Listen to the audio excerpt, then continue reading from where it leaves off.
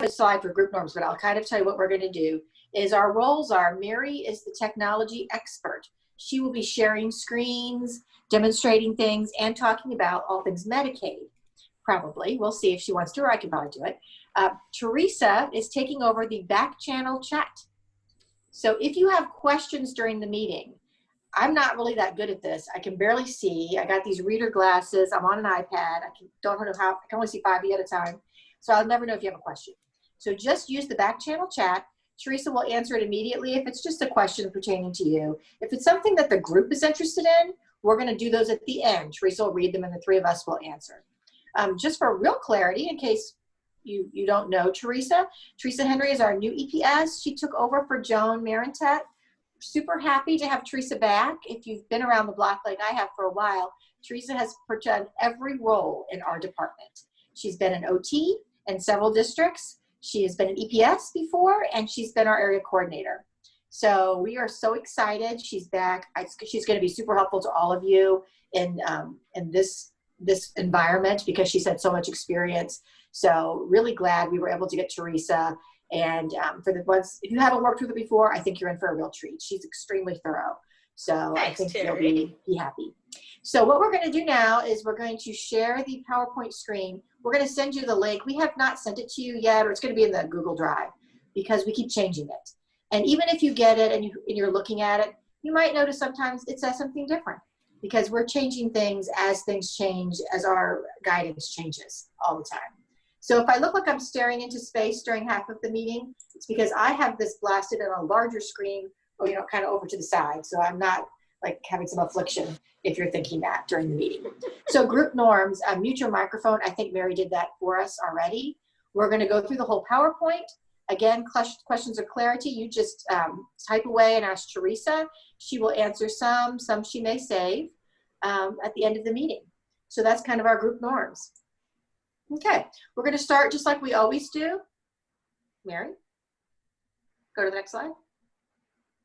Okay, Mary's, we're a little slower here because we can't see each other. We're actually going to go down to the next slide too. Okay, here we go. We do have some new staff.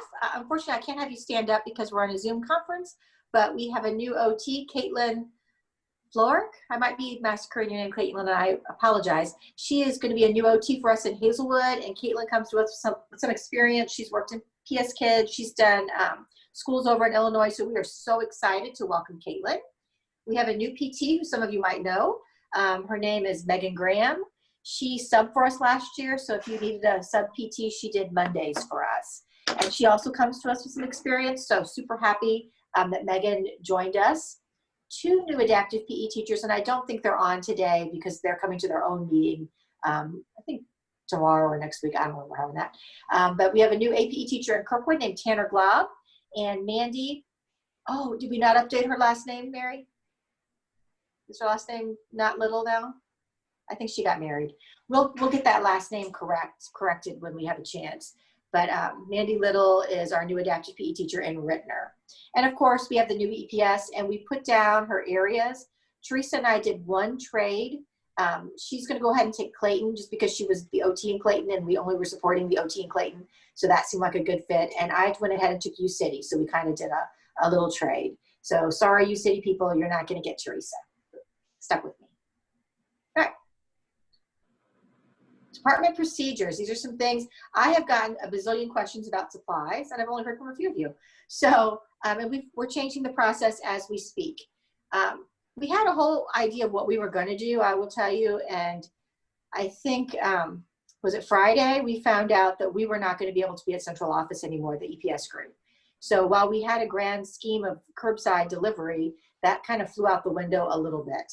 So now we're at home. Mary and I took every supply we could out of the closets, and we can get back for more.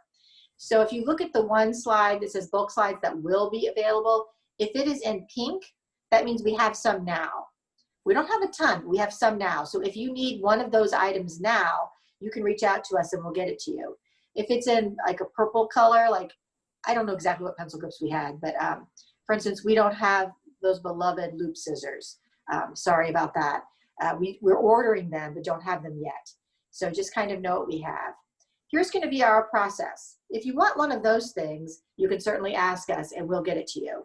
But if you're thinking about, many people started with, I want to make a kit for my students and send it home. And I thought that was a great idea at first. And then I thought, oh my gosh, your budget will be blown in the first month of school. What if we come back? What if your students need a unique item? What if you get a new student? So I thought, let's buy items that we need. So first I want you to think about the kinds of things that you're going to do to start the year. What are you going to do in those first, semester of activities online, or first quarter, whatever we're doing? Create a list that your students might need. Think about what could they use that's already in their home. Many kids are already getting school supplies through their school. They're getting scissors, glue, crayons, pencils. That's kind of the typical list that staff have. Think about the kinds of things you're working on. Do they have a zipping goal? Do they have a coat with a zipper? That's what you would have worked on at school. You don't need something fancy for that. Do you have ball skills? Ask the parent, do you have balls at home? Do you have balloons? What kind of balls? Try to be creative in what you have, and maybe send that home to the family and say, take a little scavenger hunt and see if you can find these 5 items. This is what I want to use for my OT sessions and my PT sessions, and let me know what you don't have. We have families that don't have anything, and I want to make sure that we get supplies to them. We have families that have better therapy rooms, better therapy supplies than we ever thought of having. I could look at my neighborhood. These kids have some wonderful things, sidewalk chalk and jump ropes and climbing. So I don't need to send that home. That's what I'm kind of looking at. So it's a little work, I know, but let's see if we can use things that they have in their home or things that we could easily send home. You can send home supplies that you currently have. Like if you already have an entire stash of loop scissors, so you have 4 in your little cubicle at work, and you have access to your office, send them home to the 4 kids that need them, and then let's replace those so that we're not waiting on an order. I can't tell you how long it will take you to get an order. If you want something that's not on the list, or you need something unique for your student, you can place an order via email through Michelle. Michelle is working at home, but she's processing orders just like she has for that forever. We're going to do the same order process, and we'll have little slides to review how to do that. You might want to check with your districts to see how your students are getting supplies. So if you order them through Michelle, it's going to come to central office, and then she's going to have to call Teresa, Mary, and I, and we're going to have to come up and package it and do a curbside. So it's going to take a little time. That's what I'm trying to say. You're not going to, it's going to add a couple days to what would typically be your supply pickup, but we can certainly do that. But check with your district. Some districts are sending home packets of information on maybe a monthly basis or a weekly basis. Try to stick your pencil grips and your TheraBand in that packet if you can, so that it can get home to students. Some schools are letting parents come up. If you know they're coming up, try to go to the teacher and say, could you put these 4 things in, use an envelope. I do have a lot of large envelopes if people want those, that you put the kid's name on it, and see if it can go home that way. We are checking to see what the process would be for reimbursing postage. So we're still working on that. I don't want you to do it until we find out how I can get you reimbursed, with what our process is going to be. So that's kind of our supply thought. Do we have another slide about supplies, Mary? Or is that all we got? We have another, explain more. Good. How to get them virtually. So if you need any of those bulk supplies, let your EPS know.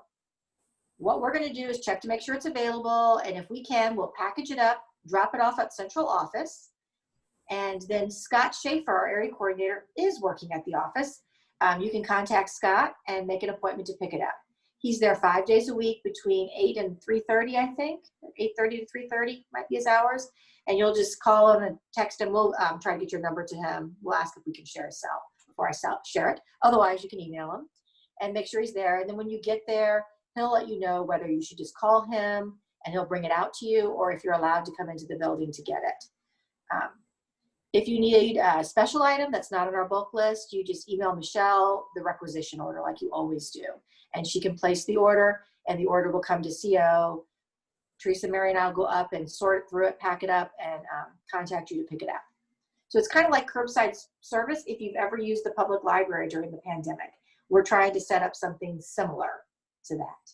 So should be kind of fun. We haven't tried it yet, so we'll see how it works. Okay. Some of you want to make packets to send home, especially our OTs that are doing handwriting activities or fine motor packets. So if you want to make copies, my first suggestion is, can you make copies in the building you have access to? So if you're going to work every day at, Smith Elementary School, can you make copies there and then try to get them to the teachers that are sending home things anyway, and just make a front cover OT packet and send that home. If you're totally virtual and you're not allowed to go into your building, then you need assistance, you contact Teresa, Mary, or Terry, and we're going to help you. We're going to have you, you're probably going to email it to us. We're going to go to the, print it at the central office, make a packet, and get it to you. So it's a little more work. I didn't want you to send all of your copies to me or Teresa or Mary individually, because that would be a lot of emails. So let us know what you need, and we'll try to help you figure out a way to do that. And again, I really want you to try to send materials through your school if you can, so that we don't have to do extra packaging. If there's any way possible, find out their little routine. Okay. Just so you know, we still have our Google Shared Drive where we're putting all of our information. We've shared, I don't know if we've shared it yet, but we have another folder, I hope we shared it, that says virtual therapy, where we're putting all of our ideas and processes in that relates to virtual provision of services. We still are doing the same kinds of things if you're live. That's what it looks like.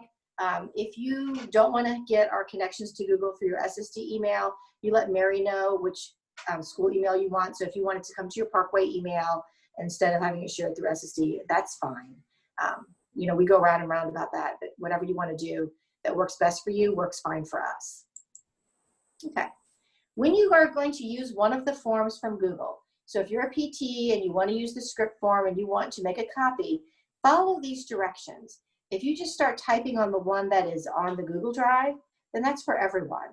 So, and then you're making copies for everyone to see. So you don't want to do that, because then you look kind of silly. So what you want to do is the forms are view only, and follow these directions to make a copy onto your desktop or your laptop, and then you can personalize it and put the students' names in it, whatever you want to do.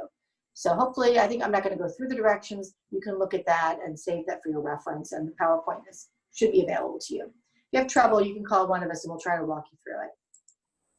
OT staff assignments, OTPT staff assignments. I have not updated mine, so they're from last year. So we'll try to go in and look at it, but you can go in and look at that. Teresa or no, Mary, do you know, can they type on it? No, they'll have to email us if they see something that's in error, and then we'll correct it for you. Okay. Maybe give us a day or so to fix it. but then go in and look and let us know, because we don't catch them all. It's a lot of schools, and in my mind, I'll just think someone's been doing it for years, and I'll just keep you there. So that is, we do want to update it as quickly as possible, though, because you're going to look at that so that you know who to send files to, who to reach out to if one of your students transferred. So we're going to try to get that cleaned up as soon as we can. Okay. Your student files. Yeah, I don't know if you have your files or not. If you got your files or you're in a school, make sure your files are in a secure spot. So if you do have your files at home, don't just have them all over your house.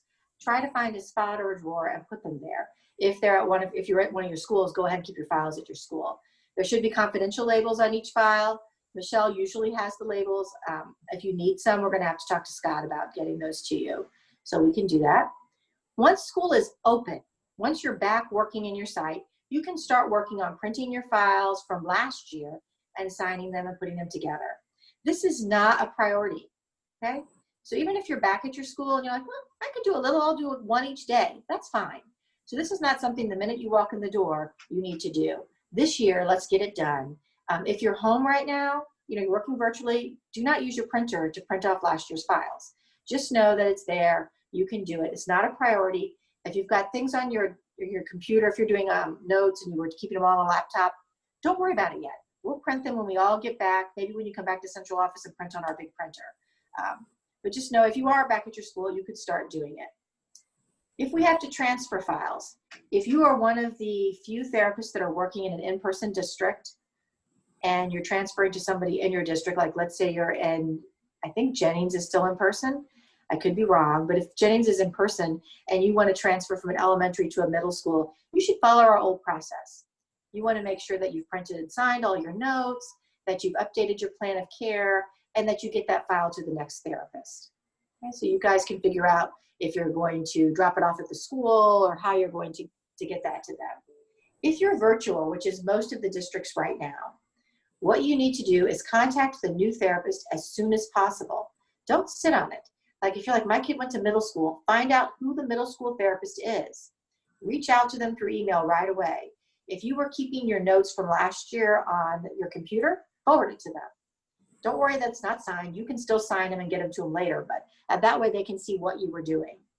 At the very least, what I want you to do is a good email. We went round and round whether to make a form, and we didn't make a form because it seemed like one more step for you. So what I want you to do is in this email, you need to let the new therapist know how you've contacted the family during the spring closure. Were they using, what email were they using? Were they using phone? What did they like to do?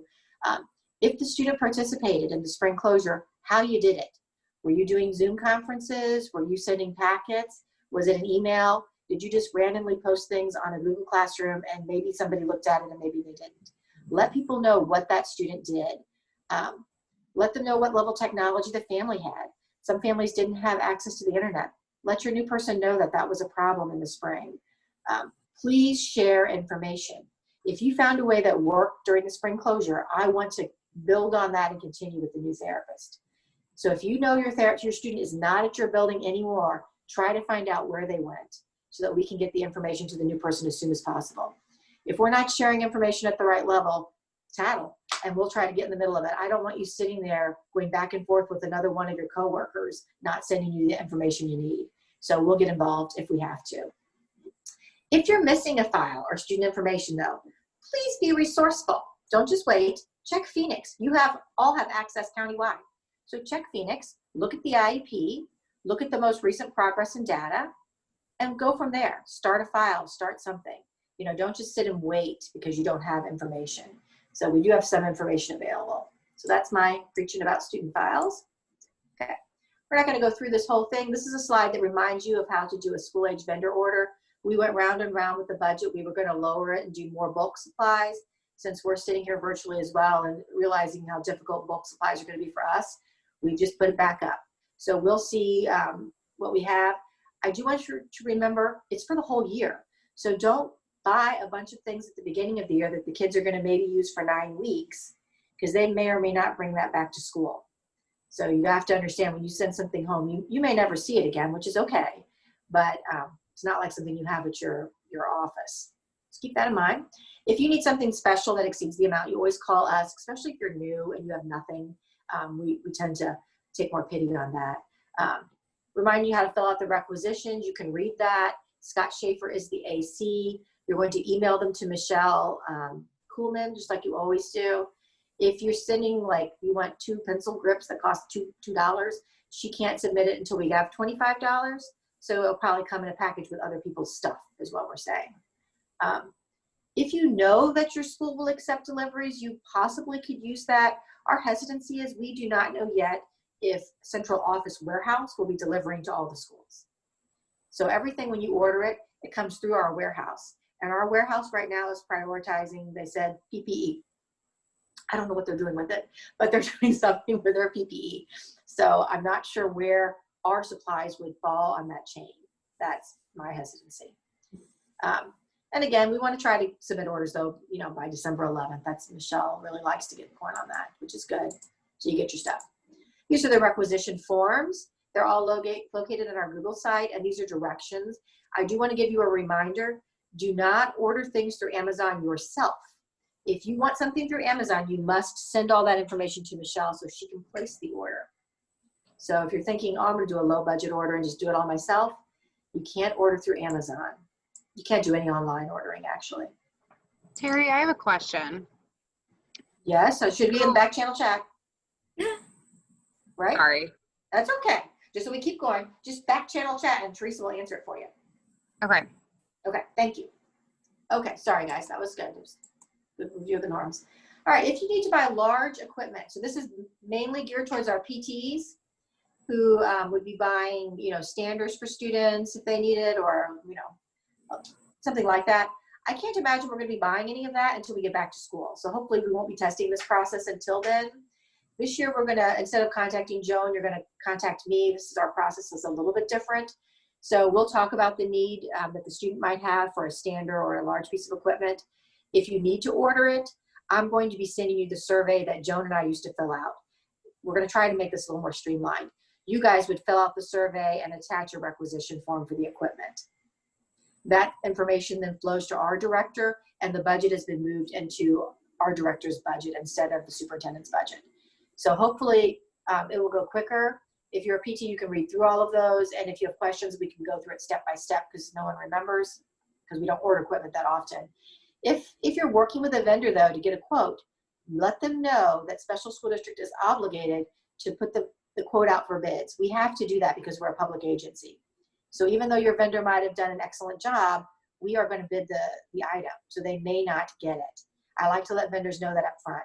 We can write on there that the vendor did an excellent job. They're giving us a good price. We want to use the vendor for repairs, but we still are going to put it out for bid. So just to be upfront with people if they are helping you size a standard. Okay. That I think will be more important a little bit later in the year. If you want to shop at Target or Walmart or the grocery store for your items, obviously you're going to be able to get them much quicker right to you. So I could see the appeal to that. If you're doing it, please use our tax-free letter, which is on the website. Otherwise, we won't reimburse for taxes. If you're purchasing items for SSD and you're also out doing your major shopping, ask the cashier to ring them up separately so that only the items for SSD are on that receipt. You can submit the teacher voucher once a semester, so you want to save your original receipts. And in red, you see that means in red means really important, guys, no online orders. So make sure you don't order something accidentally online. We will not reimburse for that. And, you know, maybe get some blue ink there at the house in case you want to fill out your forms. Okay. This is what the voucher form looks like. Again, it's on our Google site. It's on SSD's main website as well. You can look for it. If you'd like to buy something from warehouse, you do that through your area coordinator. So they may have specific rules and suggestions for you. So I would advise you to use those about the amount. We typically think you have around $50. That could vary by district, so don't quote us on that one. You're going to use the requisition form like we showed you before, except use the distribution center. If an item can be purchased from the warehouse, you must purchase it from the warehouse. So if you go out and buy your students crayons at Target, you're going to have to pay for those yourself because we have crayons at warehouse. So I know it's kind of annoying, but that's how it is. So if you need something from warehouse, please put that order in with your AC, and they may give you additional funds. You know, you could tell them you want to make OT kits and from warehouse, maybe they'll let you do it. That's not part of your $100 budget. Okay, just as always, you are going to have to fill out a schedule. We do have some scheduling tips. They may not be very good, but here's how we want you to fill out that locator log or schedule log. You want to email it. This year, we're just going to have you email it to your EPS. I'm going to take Michelle out of the loop because we're all home. So that seemed crazy to email it to her, for her to email it to us. That seemed pretty crazy. And your AC if it's making a lot of changes. Most OTs and PTs aren't making a lot of changes, but if you get something set up and 3 weeks later you're like, this schedule is not working, and you make a significant change, let us know. Some tips for filling out. Even if you're virtual or in person, you need to save 250 minutes per week for plan time. And that's for you to plan your ideas and your suggestions. You should block off 30 minutes a day for lunch, especially if you're on the computer all day. Get up, take a power walk, you know, have yourself some lunch.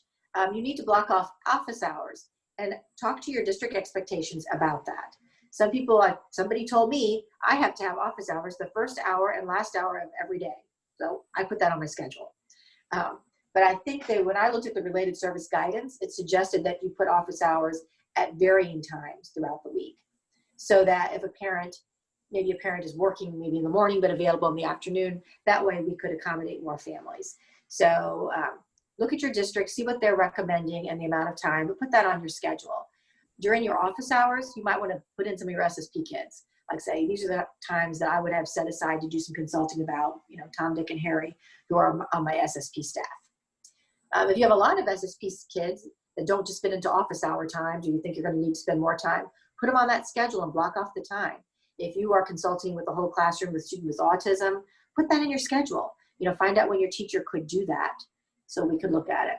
Go ahead and include the student names. Otherwise, we don't know who you're seeing, so that makes it difficult. Don't worry about that. If you're working in person, you could put contact information down. If you're working at one particular school, if you're doing all your services virtually from one of your schools, go ahead and put that down as a contact number so we could reach you. Make sure that you put your name on the locator log. Because sometimes we get all these emails, and I don't know, Michelle was putting them all someplace, and if your name wasn't on it, we'd have to go back to the original email to find it. And you can share your schedule on Google if that works, or whatever your coordinator likes. If she wants you to share it in Outlook or whatever she's doing, you can share it with us the same way. You don't have to make up a separate schedule for us. So if your area coordinator wants her schedule in a specific format, you can just copy us on it as well. You don't need to do something different for the OTPT department. So streamline. Mealtime action plans, Mary, you got anything you want to say about them?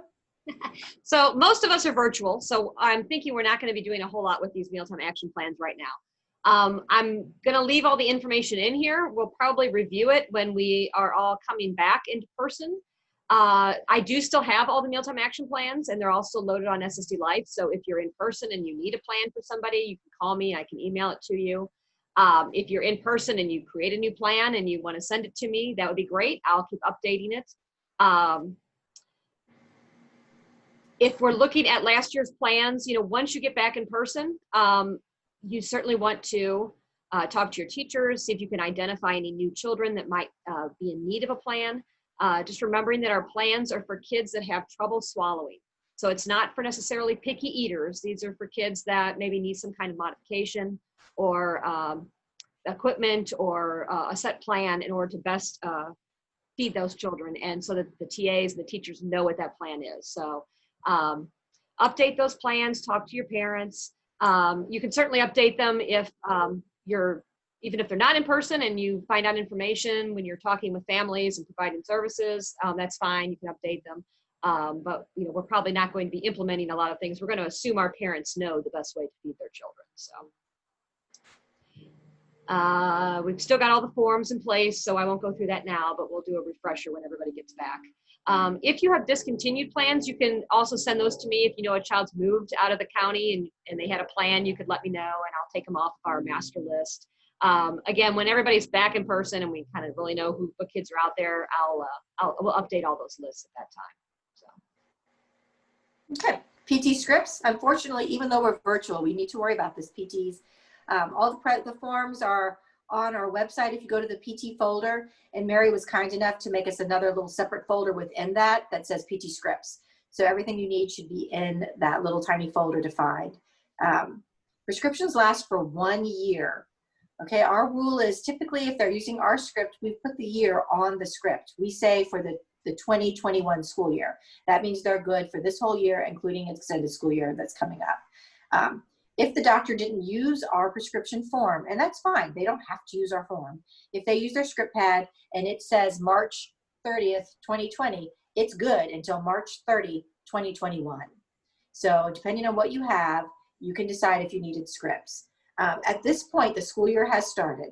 So if you did not get a script in with our little sneaky way we did it at the end of the year where we call the physician and send them the script and ask them to update it, if you didn't get one, or if the family changed doctors, you would need to get a release of information if you want to contact the physician directly.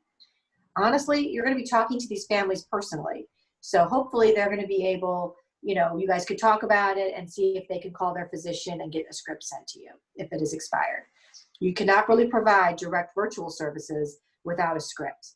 You can continue to consult and talk to the family, but if you want to get the child doing some activities with you virtually, you need a prescription. Okay. The next slide. These are our procedures. These are the same procedures. We did not change them. Michelle is keeping a copy. She has all of that stuff at her house right now. So if they're getting faxed in, they're coming to Michelle, and then she's going to be emailing you a copy. If you get a script, if the family helps, sends one to you via email or mail or whatever, try to get a copy to Michelle. Again, it's not as critical, but you could go ahead and send her an email copy. So we kind of know that. If they are actually mailed into central office, I'm going to try to remind Scott to check that every day and see if some come in, because right now we'll be getting a lot that are mailed in, and then we'll get him going on a process to get them scanned and sent to you. I'll have to work with him on that process a little bit, but I think we can get him going on it, and he is there every day, and he said he's so willing to help all of us do whatever we need. So hopefully we can get those scripts to you quickly. Okay, anything else? One thing I do want to say, if you have a student and you got the script for them and you don't have that student, find out who has the student and let's send it to them. don't sit on the script, or don't go, not mine, I don't care. So like if you got it, if you were the early childhood therapist, for instance, and you got the script and you know they went to kindergarten, let's find out who the kindergarten PT is and send it to her. Don't make her ask for another one. I mean, families don't want to go through that. This is a stressful time for everyone. Okay, just so you have your guidelines, these have not changed. Just so that you know, this tells you all the people that can write the script. So you want to always check. It can be an electronic signature. It can be from out of state. If you have families that moved here from Illinois over the summer and they have not got a Missouri physician yet, that's fine if their Illinois doctor is willing to write them one. So we can work off of that. You can tell the parent when they get a Missouri physician, you'd love to get an updated script, if you would, so that you could talk to somebody here in the state. If the child is a new injury, if they have a surgery, you're going to need an updated script. So kind of keep that in mind. You can provide educational resources and consultative those still. So you are going to be able to reach out to your families, even if you don't have the script, to talk through some things and then encourage them to get one. Okay. Professional responsibilities. If you're working with an assistant, we've made the guidelines the same, OT and PT, so it's super easy. The supervising OT and PT has to establish the treatment plan. They do all the evaluations, and they're going to consult with their assistant counterpart prior to the assistant initiating services. If the student is discontinued, the OT or the PT should write the final note. A supervisory visit from the OT or PT should occur every 30 days. And then at that time, you guys could discuss whether the plan needs to be modified, continued, collaborate. The assistant can kind of fill you in on what they've been doing. You could do this through a joint Zoom session.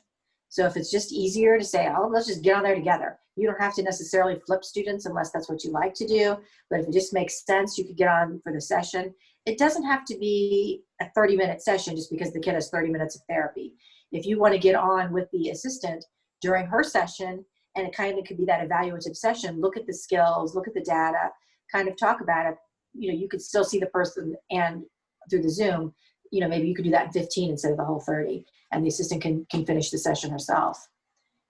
You do need to be available for consultation. I think everyone's great about this, but make sure that if the assistant's working with you, they have their cell phone, your cell phone number or your email, how she can reach you if she's got a question immediately so you can answer her. Or him, I guess. Just as a reminder, there's a couple of board policies that we do like to review so that people don't break them. If you want to provide therapy services to students outside of school hours, and I was worried that families would be asking you to do this, you got to make sure you can't get money for services for students that you're supposed to be providing at the school. So you can't really provide private services for kids on your current caseload. And just as a reminder, you can't work for other agencies while you're on your SSD time. I think we're clocking in and out, so you want to make sure when you're clocking in and out, whatever hours those are, you're not doing work for another agency or your private agency or your private clients at the same time. So just a reminder. We're not going to talk about the equipment guidelines necessarily because most of you are not in person. If you are in person though, this is an obligation that we do every year, is we check to make sure the equipment is safe before the children use it. So I'm not going to go through all the procedures, but we will do that. If you are in person, you're going to check the equipment and do training again, even if it's the same TA you've had for 100 years using that swing. You're going to go over the rules of a swing, a mat, how high, how the child can be positioned, how long they can do it, what to look for if it's too much activity for that student. All of those kinds of precautions you want to go through. I would have it written and so that you can have somebody sign off on it. When kids are at home, I don't think we're going to be able to see large equipment. If you're a PT and the family is using some equipment, you guys can talk about how they're using it, or if you're going to do a session, let's say you're going to do a session with the kid on some balance activities, and you're going to have them standing and reaching for different objects, you might want to remind the family, make sure they're standing in an area where if they fall, they can't hit their head, or that it's a soft surface that you're using the carpet, not the tile, to do my balance activities with. So you want to still do all your safety. You're just not going to have as much control, if that makes sense. Okay. Virtual services. We have some starting tips, not a lot because we're learning as we go along. But just so that you know, if you're concerned about HIPAA, the district doesn't have a stance on it one way or the other, but you really are covered under FERPA. But if you like to go that extra mile like Terry does, because I worry about things, SSD, Google Meet, and Zoom through Therapy Log are HIPAA compliant. So you don't have to worry about anyone being able to break into those sessions. You can choose some of the other platforms. You should not use platforms that are accessible to the public, like FaceTime or Facebook. You need something that you have to log into and that you're sending people links. You want to try to schedule your students for virtual sessions, which the district is also calling synchronous. So a lot of districts are calling things synchronous and asynchronous. Synchronous means you and the child are talking together at the same time. The child can do something and you can give immediate feedback. Asynchronous means you're sending something home and they're telling you later how it happened. Like it might be a home exercise program or fine motor activities that they do on their own. So you want to try to schedule them in accordance with their IEP minutes. This may not work, but that's what you're going to try to do. That is what your first attempt is going to be. I'm going to try to set up my 30 minutes of OT session. Just set one up and we'll see how that goes.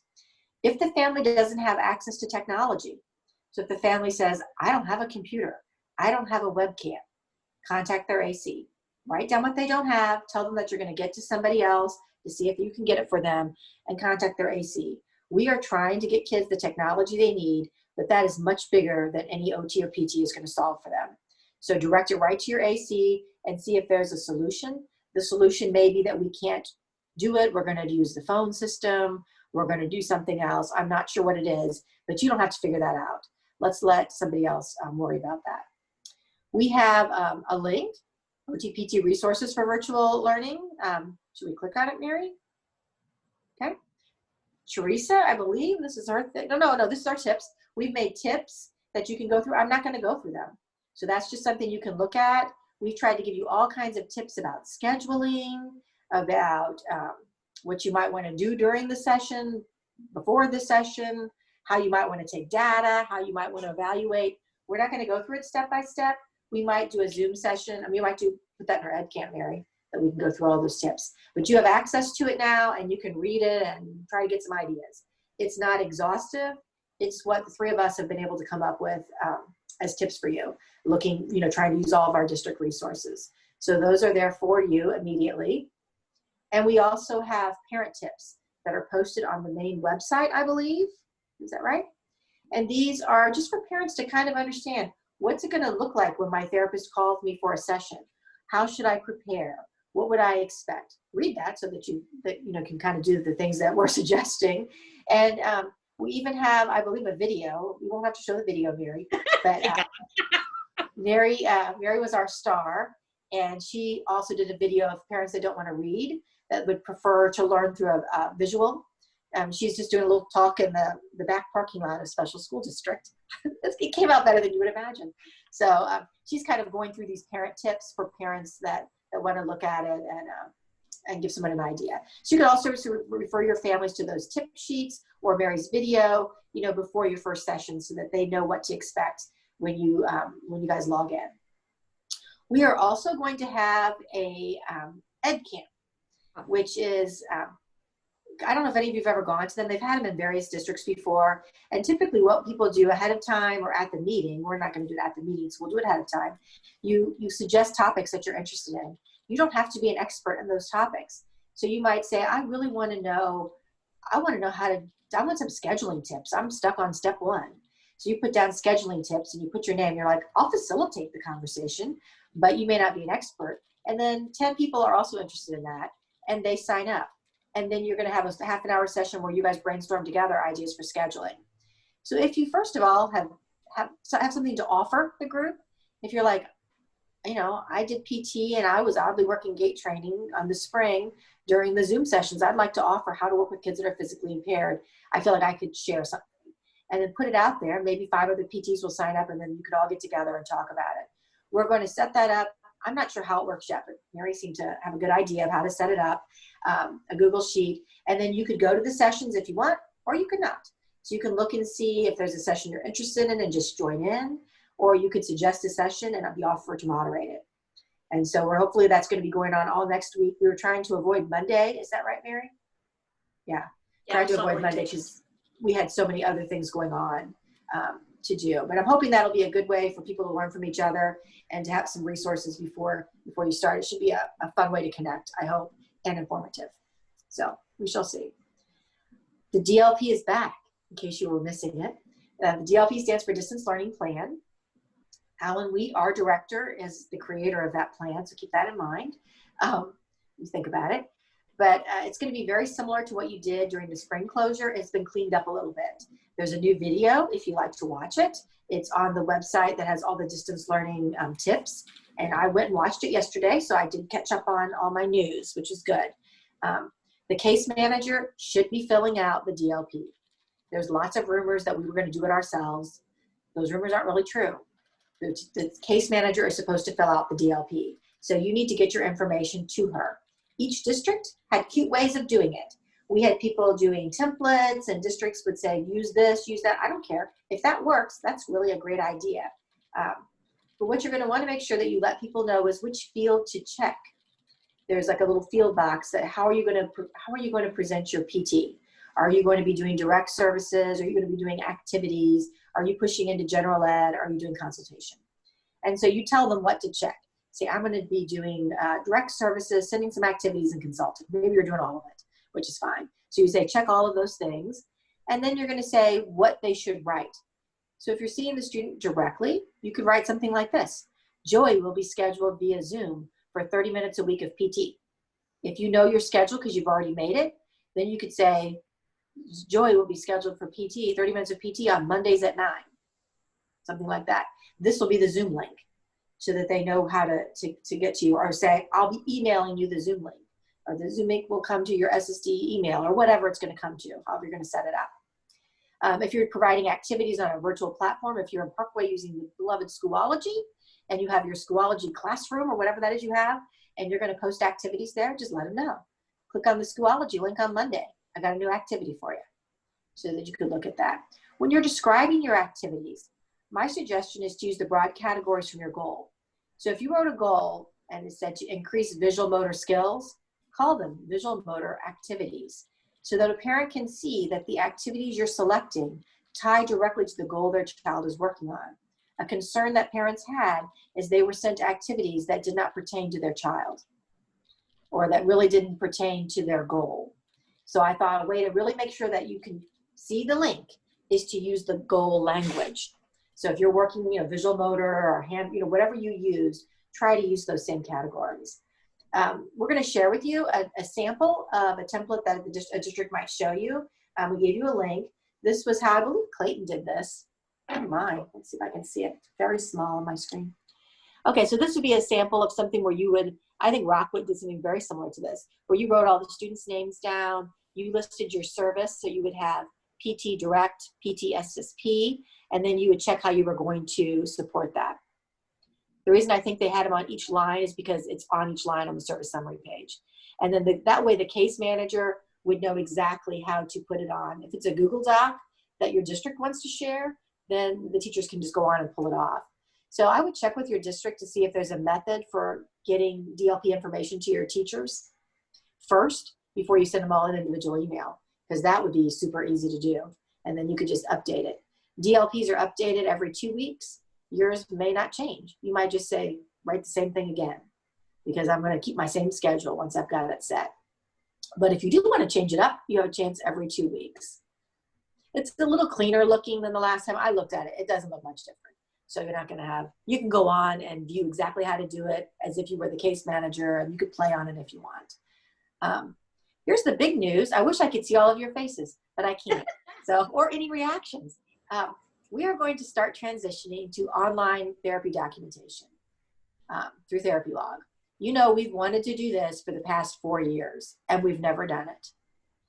So this is we thought about it. This is the reason we really want to do it now, is because in this virtual climate, this would have been a much better opportunity. If we had had our notes on TherapyLog, we wouldn't have been scrambling. Everyone would have had access to everything. We could have seen it. You would have had all your stuff right at home at your fingertips. It would have really been nice, but we didn't. So there you go. This year though, because we also are in the middle of a pandemic, we thought that wouldn't be very nice to make a proclamation. We're offering an option. So you can do your notes on paper the classic way, or you can give the online system a try. Everyone will be online to start the 21-22 school year. So this is the 2021 school year. So this year you have an option.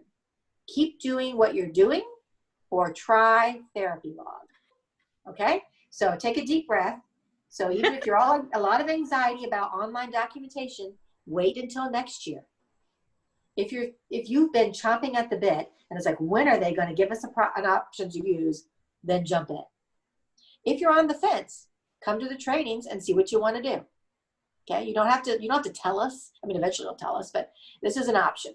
So, all right, Mary, go to the next slide. If you're using Therapy Log, remember, it's optional. So you could attend an optional Therapy Log training that is put out by Colin, the Medicaid guy. Can't remember his last name. He's got a better name than Medicaid guy, but these are our options. You can come. He's going to show you how to do all of the documentation. You would be setting up a caseload and Therapy Log similar to how you do it for Medicaid billing. When you do documentation and Therapy Log, what's included in this package would be the attendance, your progress notes, your data, and your Medicaid billing. So you would not need to have attendance sheets, progress, you wouldn't need all those pieces of paper because it's all in Therapy Log. So if you're going to use Therapy Log, don't start making attendance sheets right now because you're going to do it in Therapy Log. Don't make up crazy data sheets because you can do it in Therapy Log. I think Therapy Log can draw graphs for you if you so desire. So you could look at it that way. I think the speech therapist told us that if we can get our technology people to do it, the goals from Phoenix will flow over to Therapy Log, so you don't have to copy and paste those. So that was grand news. We also found out from the speech EPSs, we just met with them, that you will not have to print the notes from Therapy Log or sign them because they're already in our system. So there's a lot of sweetness to Therapy Log, but if it's too much for you, and I understand, just do it on paper. The other highlight of Therapy Log is you schedule your students through Zoom, and it'll remind you to do it. So if you've got your whole system set in there and you put the schedule down for Joey to be 9 o'clock on a Monday, Therapy Log will send that link to the family just to log in with you on Monday. So kind of nice. It would be a one package for all of your information. We thought about using other online systems, but this is really a nice way to do it. Your Medicaid billing is included in this as well. So I don't know, I just thought this was probably our best option. Yeah, I'm sure people are asking questions, but it's nice that I can't see them. Yes, I'll Great. go through all those. Good. Just keep typing. They're flowing. That line item's just going crazy right I now. kind of like this method. I can't see anyone, but I can't see if you're all in shock or if you're all It's jumping up exciting. and down. I was right after you did the announcement. I literally was clicking and perusing faces as quickly as I could. Okay. I could tell you right now who's ready to retire, and I could see smiles. So I don't know. There's a It's a range. mixed bag. It's a mixed bag. It's grown on me this week as I've gotten more used to Therapy Log ideas. If you want to do the classic version, there's no judgment. If you want to do the classic version, go right ahead. You still need everything that we've needed in the past. You need an attendance sheet, your plan of care, your daily progress notes, a data sheet, 1 page at a glance. We want it all. So if you want to do classic, go ahead and start setting it up. All those forms are on Google and set them up just like you have every other year. If you want to do it on your laptop, that's fine too. Have fun with that. Okay. Go ahead, Mary. We're not going to, okay. Progress notes. This is especially paper. If you're writing on paper, you have to make sure you're doing all of these things. Each page of the progress note would contain the student's name and SSD number. That's included in Therapy Log, obviously. You want to make sure your notes are signed per AOTA, in case you want to know how to sign it. You have to have your first initial, your name, and your full last name in the credentials. So you don't just want to write TT, because that wouldn't work well enough. If you're typing your notes, you have to do your names and credentials at least at the bottom of each page. However, the corollary to that is if it's a Medicaid note, you have to sign each individual note. You need to make sure you do it in ink, not pencil. No blank lines, or if you cross things out, if you make a mistake, you cross it out and write error. So if you started writing the note for the wrong student, you cross the student's name out. You don't erase it. You can keep your progress notes in a notebook or a laptop. If you do a laptop, please back them up because we've lost notes every year. We don't want you to store personal health information on just your classic Google Doc. We don't want anyone to be able to share that. And this is for everyone, whether you're using the new online system or the old system. Try to do your notes within 24 hours of the session, but don't go longer than a week. Don't live with sticky notes at your house. It's too hard. It's hard to remember what you're doing. Try to get those notes done. As if you can, the day that you do the session, you'll have the best memory. What do you put in a note? This should be for everyone, whether you're online or offline or whatever you're doing. Make sure your note contains the activity that was presented. It could be general, fine motor activity, obstacle course, cursive handwriting worksheet. You don't have to be, in detail, like a cursive handwriting sheet about a bear. I don't need that much information. How the child performed. This is super important. So then we want to know how they perform. Give us data, give us numbers, give us percentiles, base it on something. Try to give yourself as much data as you can so that when you go to do progress reports later, you have something to go by. Don't just say they did well. If there was a level of assist, if you needed to give lots of verbal cues, if you're cueing the parent to give a lot of physical help, put that down. If you need a lot of demonstration, if the parent's having to do it for them, write all of that down. If you have any relevant behaviors or comments, you can certainly put that down. If the parent says the child had a really bad night last night, didn't sleep, okay, this might not be too good. We'll see how it goes. So you can kind of put that. And then a plan for the next session. The plan can be do the next, plan to continue with the IEP goals. Okay. Evaluations. That's a big question. A lot of questions about that. I know at least one of you, a couple of you, did some virtual evaluations last spring. So thank you for that. And maybe you might want to put yourself out there on the Therapy Ed Camp as how to do an evaluation virtually. That would be good. But for right now, as far as the process, stay tuned. Our school psychologists are working on a process, and they're putting it out supposedly sometime this week. Tomorrow's Friday, so hopefully it's coming out soon. Otherwise, in the next few days, and we'll let you know if there's any process about how to get NOAs to parents and what we can do, if there's a possibility to do anything in person. But you do want to know that you can complete it virtually if the parent is willing and available. You want to use mostly clinical observations. We don't have to do standardized tests. And so you might want to really think outside the box. Some of you rely heavily on the DVTP and the VMI. That may not be the best thing. You could, but it may not be the best thing. You might be better off getting a work sample and maybe watching the child do some clinical things while they're on a Zoom. I think if you're doing a sensory profile, that might be pretty easy to send home and let the parents check, or the SPM. The VMI, you could send the protocol home, and then you could probably watch that on a screen. It's such a short test. I'm just thinking that DVTP goes on and on. Like, that would be very difficult to do. Again, we hope to have more information either tomorrow or early next week to send out to you. So keep track of what evals you need, and they're probably out of compliance, so we need to work on that. Okay, Medicaid updates. Mary, do you want to chat about those? Sure, I'll chat about this. So we do not have to do a training. If some of you remember, we used to have to watch a video for an hour. So that is still included when you get a moment in time. They'll take you through a few slides as a reminder of those things, but we do not have a separate training. So you won't have to worry about that. We are getting random moments. I've gotten at least a dozen emails over the last few days from people that have gotten them. And I know some of them are not even working yet. So we are completing random moments. If you are not being paid to work at that day or time, there is a question that they'll ask about that, and you can just say, I'm not paid to work at that time. And that usually takes you through the rest of the sample. You don't have to fill it out. You will get an email as usual, so please watch for those emails to come through. You'll get one that prompts you when your moment's going to be. And we have a new person in charge of Medicaid this year. I'm not sure if she'll be as vigilant as Scott was. Some of you knew, if you didn't fill out that a moment in time by the next day, that he was sending you an email at 8 o'clock the next morning saying, please remember to fill it out. So try and remember to fill them out as soon as you get them, as soon as that moment occurs. You can't do it beforehand. Remember, oddly, the majority of our money comes from those random moments. That's why they're so vigilant about getting them all finished. So we really want to finish those up. Keep in mind when you're filling one out, it is only for 60 seconds. It's 1 minute in time. You don't have to give the whole history of the why you're doing it. I don't need to know that the kid was having trouble with gross motor skills or postural control, and so therefore we wrote a goal for this, and I've been seeing him. I don't need all that. We just need what was happening, who you were with, and if you're in these virtual climates, I would probably say, like, if I was working with a student, I would probably put in parentheses via teletherapy or via teleconference, just so that's clear that you weren't actually physically sitting with a student or their parent or whatever. And then they'll have a why category. So you'll just fill out those three. We do not enter codes anymore. Some of you remember when you had to know which code number you were. You don't have to do that anymore. You just answer those three questions. Be specific, but don't use student names. I think there was one other thing on here. Oh, assume that the coders don't know what you do.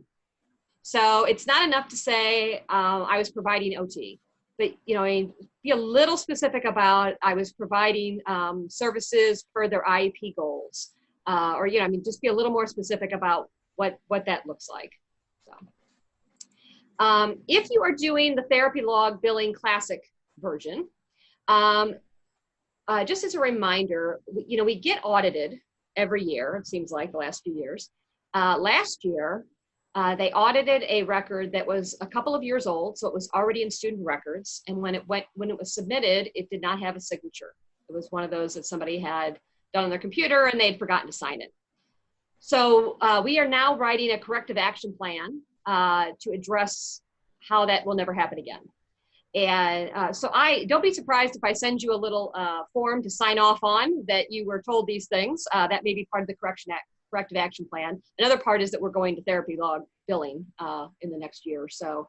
That will resolve those problems. But if you're going to do them on paper this year or on your computer and you're going to print them off at the end of the year, please remember your Medicaid notes. You must have a note for every service that you bill for. You must have start and end times. You must include the billing code that you used, and each note must be signed. So not just the bottom of the page, but you have to sign every single note. So we can still only bill for one-on-one direct services. And I would probably only bill at this point if it's at least 15 minutes long, because that's usually what a unit is. So if you're billing for 10 minutes, it's not going to be submitted anyway. So as long as it was at least 15 minutes, I would bill for that. You can bill for virtual sessions. That there's no difference in Medicaid's eyes at this point. That's for OT and PT right now. When you update your caseload and therapy log, you have to go into that at the start of every year and update it. If you're going to go to the training, we'll do that at the training. But if you're just wanting to do the simple billing this year, remember you do have to update that every year with your caseload. It doesn't automatically flow over from Phoenix or anything like that. If you've lost your password, just email Colin. His number and his email address are down there, so you can email him. He's very prompt in getting back to us. If you're interested in doing the simple management system, we have sessions set up for next Monday and Wednesday. I'm going to send out the link. He's sending me a link because he set them up, so he's sending me the Zoom link. And when I get that, I'll probably send that out this afternoon. We already kind of talked about that. We do have to get parent permission in order to submit billing. So it's really a permission to release documents. So the parent has to sign off on that. It is retroactive. My thought at this point would almost be if you get new students, maybe new kindergartners or new kids that are eligible, that you would maybe just wait till we're back in person. Because it does require sending a document home to get a parent's signature, and then they have to send it back. And we would have to use that secure system. If any of you have been involved in that, it's not just a matter of like emailing it home, but we have a secure system that we use for like NOAs and things like that are more sensitive. So maybe let's wait on the parent permissions at this point. Make a note. You can keep entering the bills. They will not submit them until we have that parent permission.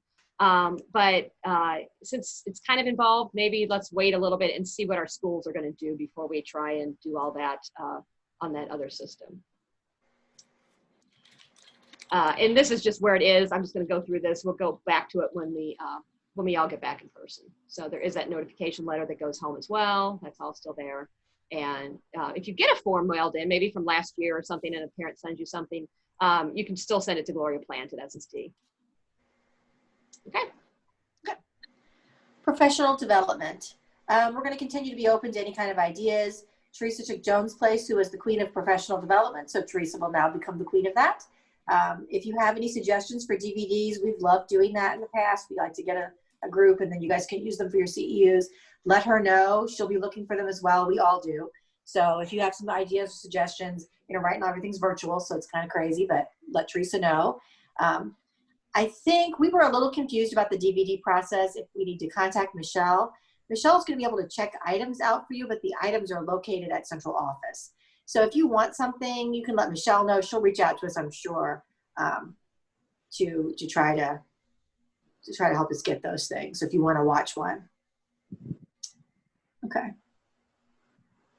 That's all I have to say about professional development. I have much. Okay. Michelle's distracting me.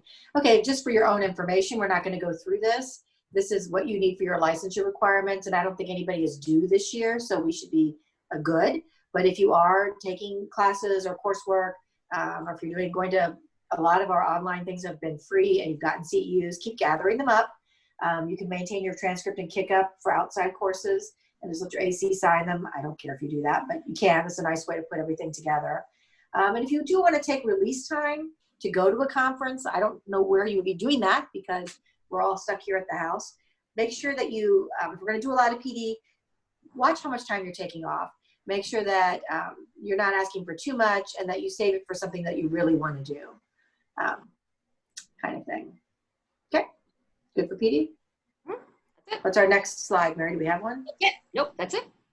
Okay, we're now going to have Teresa do her question and answer, but Mary, in the interim, I do want to say one thing about our PTs. We are still trying to set up the PT scripts on that team site so that you could see them all. It was kind of a bust in last spring, but we're working on it again, and Michelle thinks she's got it up. So Mary, I don't know if you can see it. Teresa doesn't know where that team site is. I'll see if I can find it. Yeah. She's texting right now. And so we're trying to load this year's scripts on it so that you could just go there and look yourself, which would be super nice. But you know, last year when we did it, I could only see A through B. It was not helpful to me. But maybe we're going to get it together this year. We're trying. Michelle's trying her hardest. She's got all of their computers at home.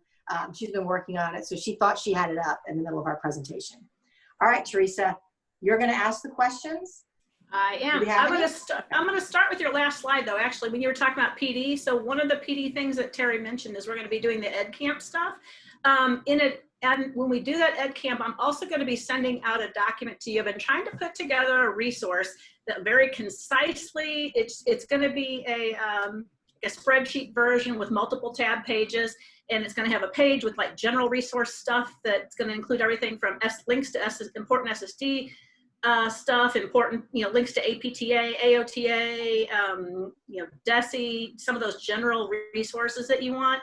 And then there'll be a whole tab that's just for all the Google products that are out there and all of those things. And then a third tab that's going to be all like additional things, everything from Seesaw, Flipgrid, Zoom, Paratree, everything everybody's doing. Obviously, I know that we need to put Canvas on there too. Now I've seen that that's been in the questions.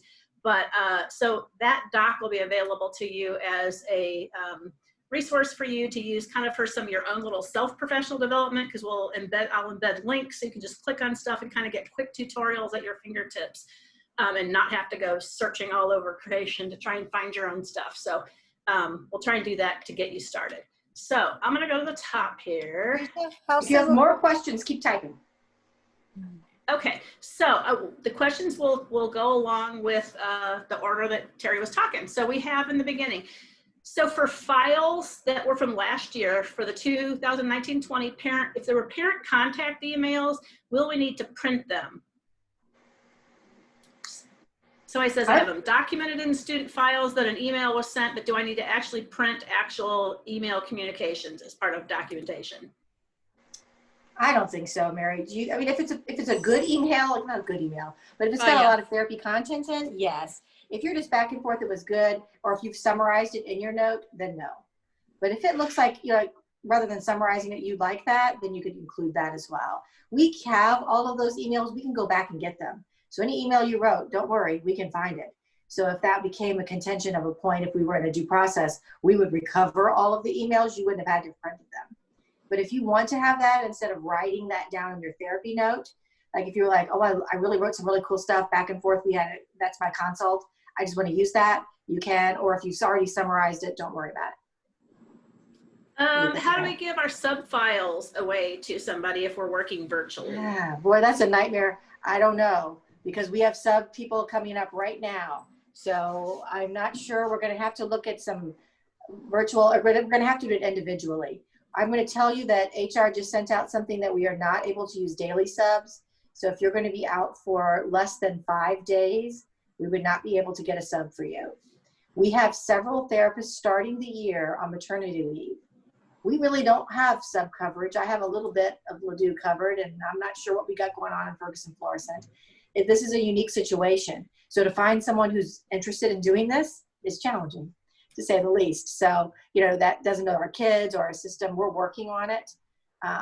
So if you have a need for a sub, we're going to have to talk to you individually about that. Obviously, anything you've got that you can email to the sub, that's going to be helpful. Like, our sub plans, if you're creating them, but to actually hand somebody something is going to be difficult. Yeah, so I'd say contact your EPS. Yep, we're going to have to those work through that. Somebody just clarifying that the preferred place to send orders is central office at the time. And I had answered that yes, unless you know your building's open, then check with them to see if your warehouse orders have already been delivered there. Do we have feedback, Terry Mary, if warehouse has been processing the stuff that was ordered in spring? No feedback. I have no feedback. No, when I asked, I was given, the only response I was given was, we are prioritizing the delivery and receipt of PPE right now. So I don't know what that means. So you could be waiting for a while. But the answer is it can't be delivered to your home. We know that. Right. Absolutely know that. I know for ESY, they did deliver to home. So if you work that program, that's what might be confusing to you. And I asked it, we've asked it twice now. And the answer is no, both times. I can ask it again, but the answer is still going to be no. So we can keep asking, but that's a no. There's a question, if orders are due by December 11th, but we don't know what our schools will be doing for third quarter, how will we know what to order, like if we're in virtual or in person? I wouldn't worry about it. That's an arbitrary rule. They will cut the budget off, and they usually cut it off in February or March, and we'll warn you before then. Michelle likes for you to get it in because then she can get the order in and you get the supplies. If it's taking a long time to get supplies, it's frustrating to order something and then get it for 2 weeks. So we'll have to play it by ear, obviously. You certainly can order things to send home to your students. I just said I would hate for you to blow your whole budget and then your students don't bring any of those items back with them. And then you're like, well, darn it, I wish I had that after all. But definitely I would be sending home things that they need. So if they need something, do a special order or go out to Target and get some orders or see what we have in our bulk supplies. We'll get that to you as well. So, or use the stuff that's in your office or your school. I would use that stuff. I'm like, at least I can get the loop scissors to them and they can cut, and I'll get me some new ones down the road. Yeah. Remember that the whole district's budget really gets locked down sometime in February anyway. Mm-hmm. So it's not like we can postpone ordering for months and months. It's going to get locked down. And in this kind of environment, they may lock us out earlier because I don't know how fast they're going to blow through funds doing other things like buying hundreds of thousands of dollars of PPE. So I would order early. So we had a special orders question. What if I purchase items on Teachers Pay Teachers over the summer? Will that be reimbursed? Say that again. I'm sorry, I'm distracted by somebody emailing me questions now. I purchased items from Teachers Pay Teachers over the summer. Will that be able to be reimbursed? That might be a question. I don't think so. No, but I don't think so. Did you do it after July 1? Well, but it's also an online. It's because it's online. Usually online. Right. You're not going to have a receipt. You're going to have an invoice, and I don't know. You have to do that with Michelle. Yeah, check with Michelle, but I don't know. Let's see. Here's a word. Should we be including our weekly testing time in our locator log? Is that currently applicable? If it's applicable. Yeah. If you're doing that many tests right now. Yeah, so it may vary per the job you do. Right. I don't think it would be fair, and personally, I don't believe it'd be fair to like block off 2 hours week after week after week, and you don't have evals happening. That would not be a good use of your time, and your AC might go, "What are you doing over there?" Mm-hmm. Let's see here. There was specific questions about Canvas. Will there be a Canvas class for related services? We're going to add that to our Ed Camp, and I'm going to try and gather whatever resources we can for you guys. I don't know. You might want to check in KickUp too. I looked just the other day, did not see any Canvas specific, but if you are in districts that are using it, I'm wondering if your ACs will they not be providing the training on that? So we'll see what we can do. It might show up in KickUp because I saw Schoology, Zoom, Google Classroom, and Schoology to me was a Parkway thing. So definitely if people know, they start providing those resources and do little, I don't know who's doing them, 1 hour presentations the tech department is. So I would keep looking KickUp and ask your ACs if your partner district's doing something.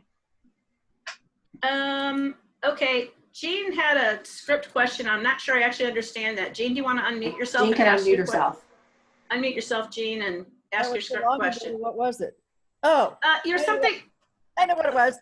You made a comment that the school year has stopped now. I was sort of taking as I have one out. So I was going to fax it again using the 24th as my cutoff day. Am I Whenever your wrong? students start. No, you're right. You're right. Your students start. Okay. Uh-huh.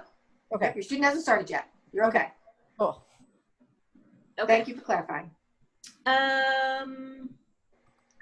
Can you clarify the use of Google Classroom for students? Rockwood's using Canvas, and so I guess there's questions about about linking it and can you use it? I think if you can use the platform that your district is using, that would be nice. If you can't, that's okay too.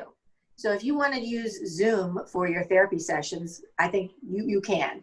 But you know, you're going to have to talk with your coordinators. If you're in multiple districts and it becomes confusing, please reach out to your EPS, because we are here to try to support you navigating through that. But you know, if you're all in Rockwood and they're all doing whatever the heck Canvas is, I don't know what it is. If it's possible to use it, that's better for the parent, because they're going to log into their Canvas report and do their general ed and their special ed. I see why that's nice. But if it's not conducive to your services, then I think that's another discussion we can have. Like, I don't know what you can do on Canvas. So if you're not able to do all of your information or post things, then that wouldn't make sense. I don't want your service to be less because of a platform. Eric, can I interrupt here? Yeah, you can interrupt. We have no choice but to use Canvas. So we have to figure out how to make it work. Okay. That's So- what Rock was telling you? And there have been Canvas trainings, but they're all geared toward teachers, not us at all. I can talk to Carmen about that personally. Well, I mean, she's working on it. Right. But it's Okay. frustrating because the teachers are all now getting ready. We still don't know what to do.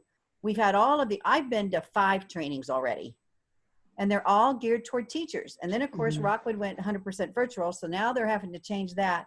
So they're all working on it, but they're really gearing it more towards teachers first. We're going to be last on that list to really get to. So we're not going to be ready. So is the issue, Jean, that you don't know how to use the technology, or you don't know what to put in it that's therapeutically relevant for you? I don't know Canvas, so. The technology. Oh. This is Mary Westlow. The Canvas is set up with like icons for different courses. They haven't even entered a course for any special education at all. And when they do, there will be just one, so we don't know how we'll be able to enter anything into that at this point. So this And is a I think special ed wide problem. Well, and Yeah. I think they will, but we're last on the totem pole. So we're not going to be ready. Unless, Because all future trainings are geared towards using it for instruction versus like setting it up for special ed staff. And when I was in the training, I asked several times, how does this relate to OTs and PTs? What do we do? And they said to go do SSD. But I feel like we're expected to have these pages set up. They go live tomorrow at, we can access them and start getting them ready, but none of us have any idea what to do with them.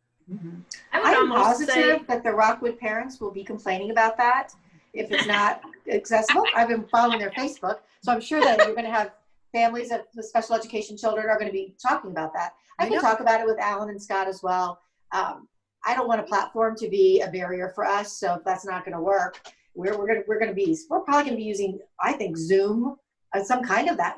I mean, I don't know if Canvas does video conferencing or not, but that's what you're going to have to be setting up. So that's what most of our sessions are going to be. I'm not as worried about us posting our activities. I mean, that's important, but well, as far as posting activities, Terry, if they said that Google Classroom can link to it, I think Angie Savala has talked about it and knows how to do it. Like, if that's possible, and you could be setting up a Google Classroom, make a decision about if you could be setting up your materials, how you want to deliver things in a Google Classroom, like in your SSD account, and then link it to Canvas when it's ready, then you could be getting your stuff ready. So maybe that's a point to think about. You can ask that question. You can link, you can either do it through a link or you can ebb it into an assignment. The problem is what I'm having like with Canvas is it's just not, like the parents are still going to have to go to my Canvas page. So I'm trying to find out from our technology people in Webster, and I know our special ed teachers are the same. So like when we did Google Classroom last year, and I just put everything into each student's classroom teacher's Google Classroom. So I had like my own link for each kid where I put all the activities. for them to access. So it was all in one place for the parents.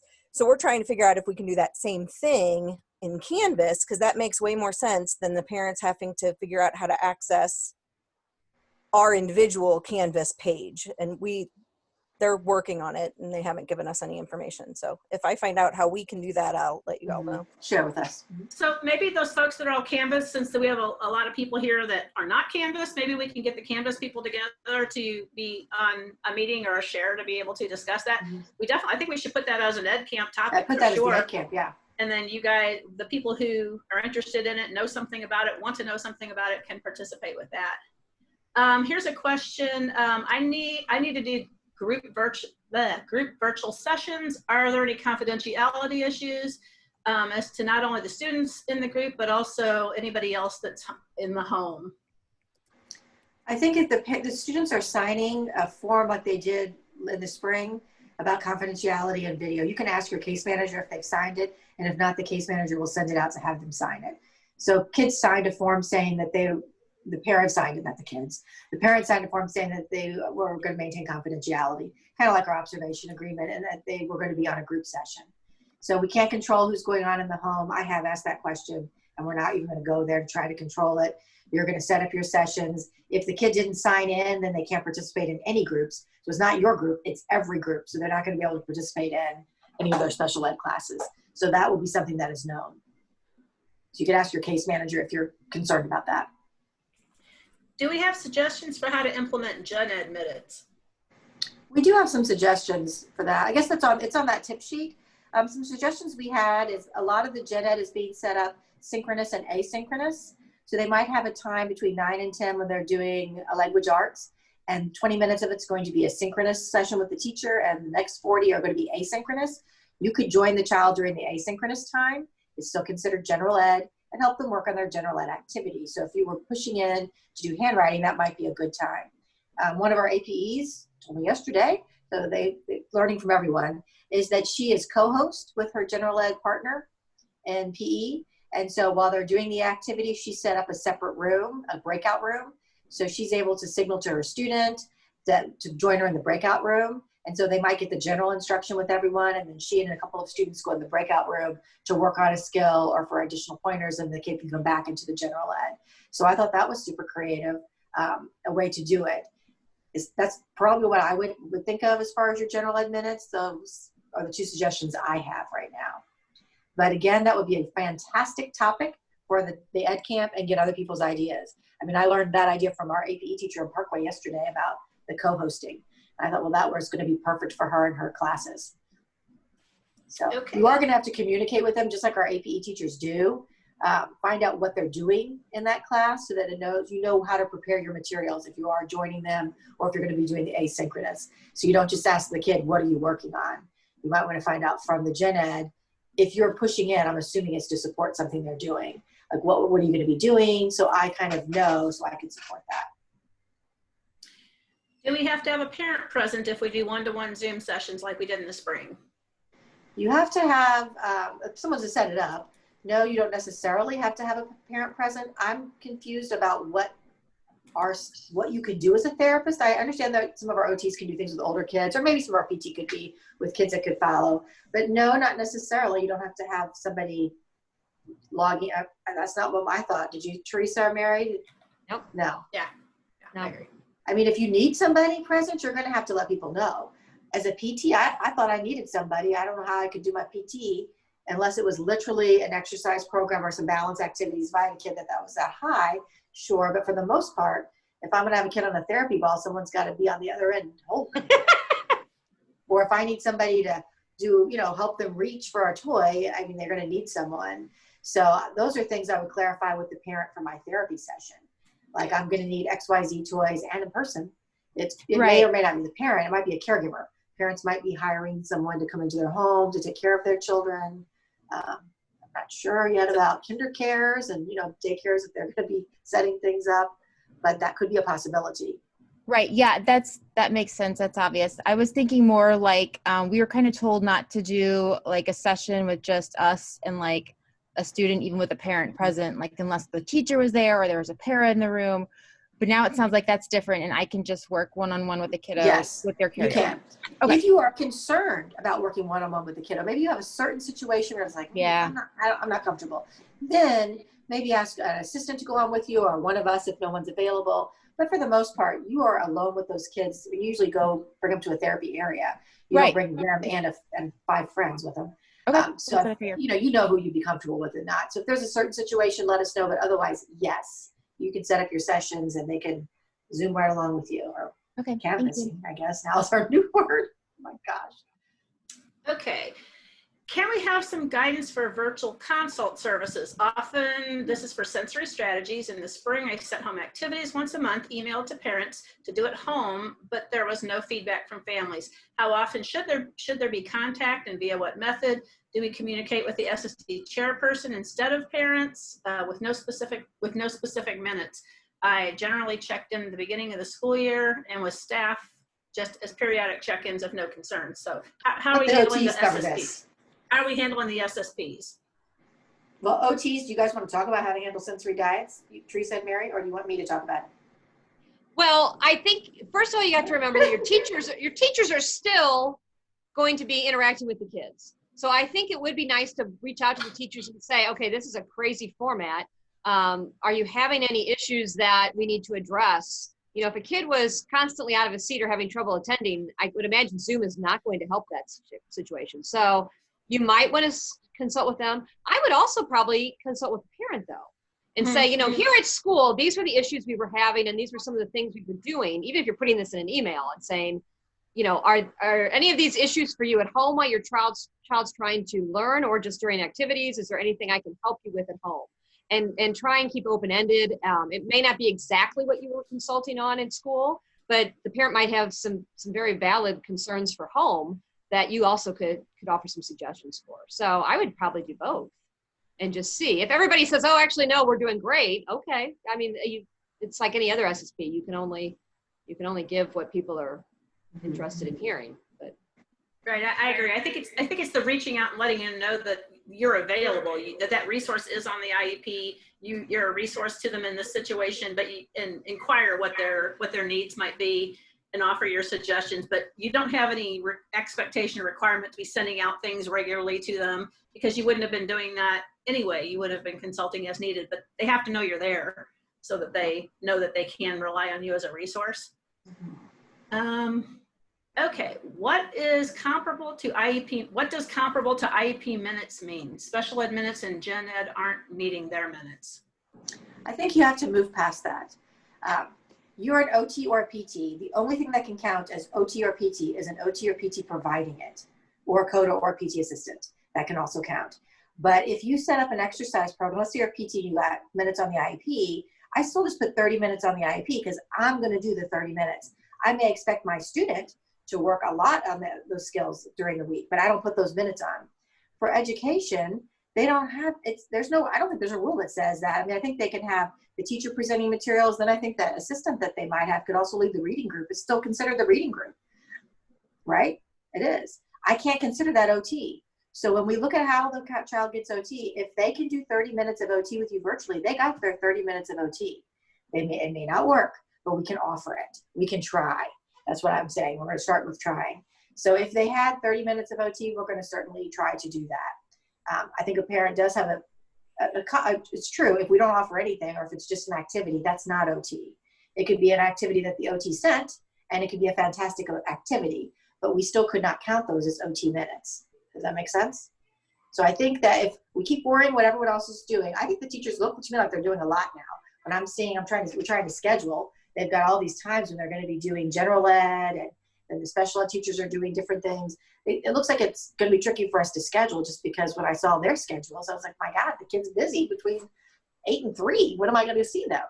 So just keep thinking about, this is my service. It can be in a group and it can be individual, just like you would do in person. And I would count the whole time I did it. If I set my session up, I did some home care. Did you do home care ever? You walk into the home and you say hello, and usually the mom's there or whoever the caregiver is, blah, blah, blah. Let's get started. Do you have your materials? I think 10 minutes is already gone, of my time. And then I'm going to do my activity with the kid. And then after we do the activity, I might be explaining why I chose that activity, what it's working towards. You do have to remember that the person you have at the other end, the parent, is about 100 times more interested than your TA ever was on what your child is doing and why. So they are going to have more questions about what you're doing, how is this helping, what could I do? Not everyone, but the parent is really interested in being educated on why you're doing things. Like, why is the exercise I'm doing going to help them do something else? Why would we be doing that? So I think that you might have better consultative moments at the end. So I think your half an hours are going to go by quickly, because then you're going to have to dismount that Zoom to get on your next. You're going to have to really be sure. I'm so sorry. We're going to have to maybe schedule a time and call me on the phone to get the rest of the follow-up. So I think that it's going to take a little longer just to get it set up and finished. That I think the half an hour will go more quickly than you imagine. Hey, So, Terry. I'm hoping.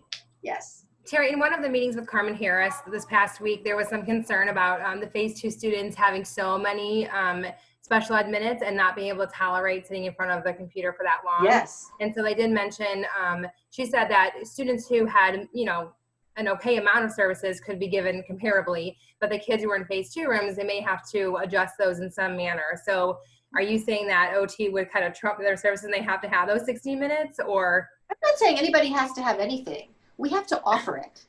So you're going to offer it and say, I'm going to offer twice a week. This kid may only sit for 10. I might be chatting with the parent for 10. You know what I'm saying? The parent may still have questions. They still need to work on those things. Those are still the same problems. Those children probably have a lot of sensory needs or behavior issues that they probably want to talk with that OT about. So I think when you get on, I would be surprised if you're off that quickly. And those very same kids are not going to get on by themselves. I can't see any of them logging onto the computer and sitting there independently. They're going to have a family member with them. So I think you're going to offer it. If you and the parent decide it's not going to work, we only want to do one session, then you document that. Okay, so you're not going to say up front, I'm not going to do sessions. Okay. Okay. You know what I'm saying? We're going to offer it. Mm-hmm. If the team decides that's not a priority, then you follow the team. But we're not going to start with, since you're only getting half time for reading, I'm going to half time your OT. Mm-hmm. We might do that, but I'm not going to offer it up front. I'm going to say, I have 60 minutes. Would you like to schedule that? Let's see how it goes. Mm-hmm. Then we see how it goes, and it's a disaster, and say, I think these might be better in shorter bursts. What do you think? The mom might say, I think so too. Okay. So would we document that? Okay. Sorry. Of course you would document that. No. Would you document the exact time, like you were saying with the therapy log? Like, even though we didn't make it to the 30-minute stretch of teletherapy, You would, because we did 8:20 to 8:40. Yep. Okay. I would. So But I would document from the time Medicaid, it's required. Wait a minute. It's required for Medicaid.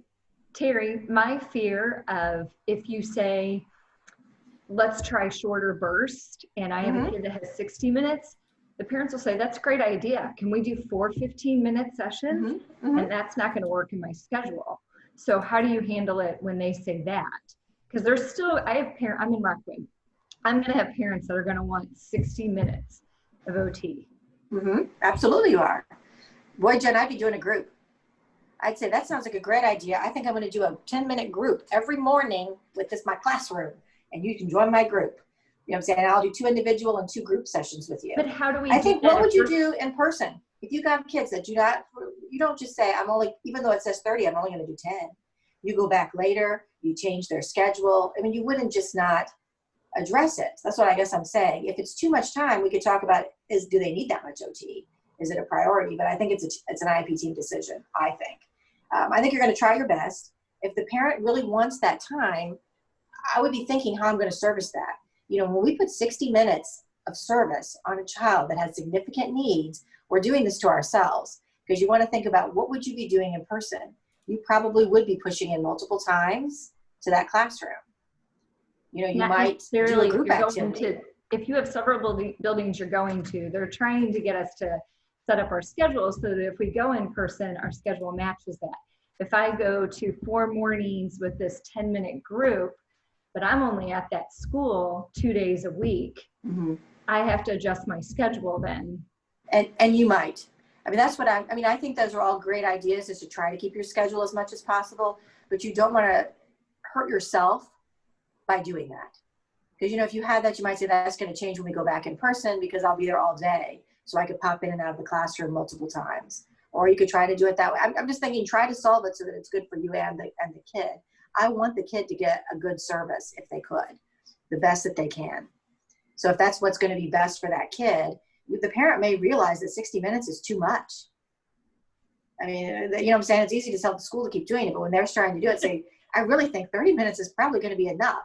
We can give you some activities. You can embed practice on motor skills in your daily life.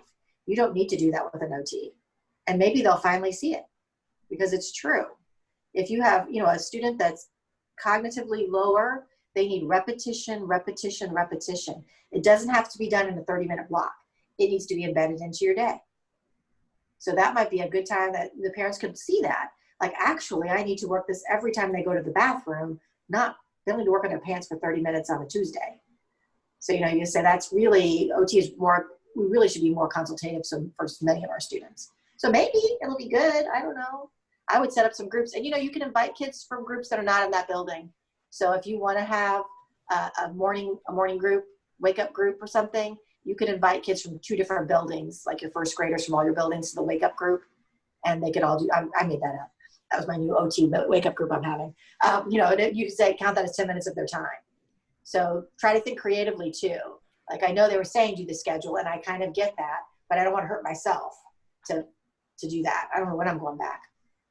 As a piggyback, as a piggyback question, it was asked, so if you schedule a 30-minute session for a student and they can only tolerate a portion of that, can asynchronous activities that are sent to them count as time? And the answer is no, it's not it doesn't count as FaceTime, but it counts as something. I would write that down. Right, exactly. Because that might be the best case. If we have a due process about time, and people have already been asking about the time. This is not like a hypothetical. Parents are already asking, I want my time. Well, we go back and look at the notes, and we see that the child can only tolerate 15 minutes, but then the OT provided additional activities. They might be less likely to think that we need compensatory time than if they only, you know, you had 16, you offered 15. And, you know what I'm saying? So I think it's how you're going to write those notes. We attempted a 30-minute session that, you know, was overwhelming for the child. He lasted for 15. The therapist then sent home some activities that would address, you know, his fine motor practice. And the mom was, you know, we followed with the mom to see if she was able to practice it 4 times. That's going to look a lot different than just, I only offered 15 because that's what I thought he could handle. Does that make sense? So I know it's not going to be perfect. You're not going to be able to provide minute for minute, but you're going to offer it. And then you're going to write why that didn't work. And then what you did about it. And I think then you're going to be really fine.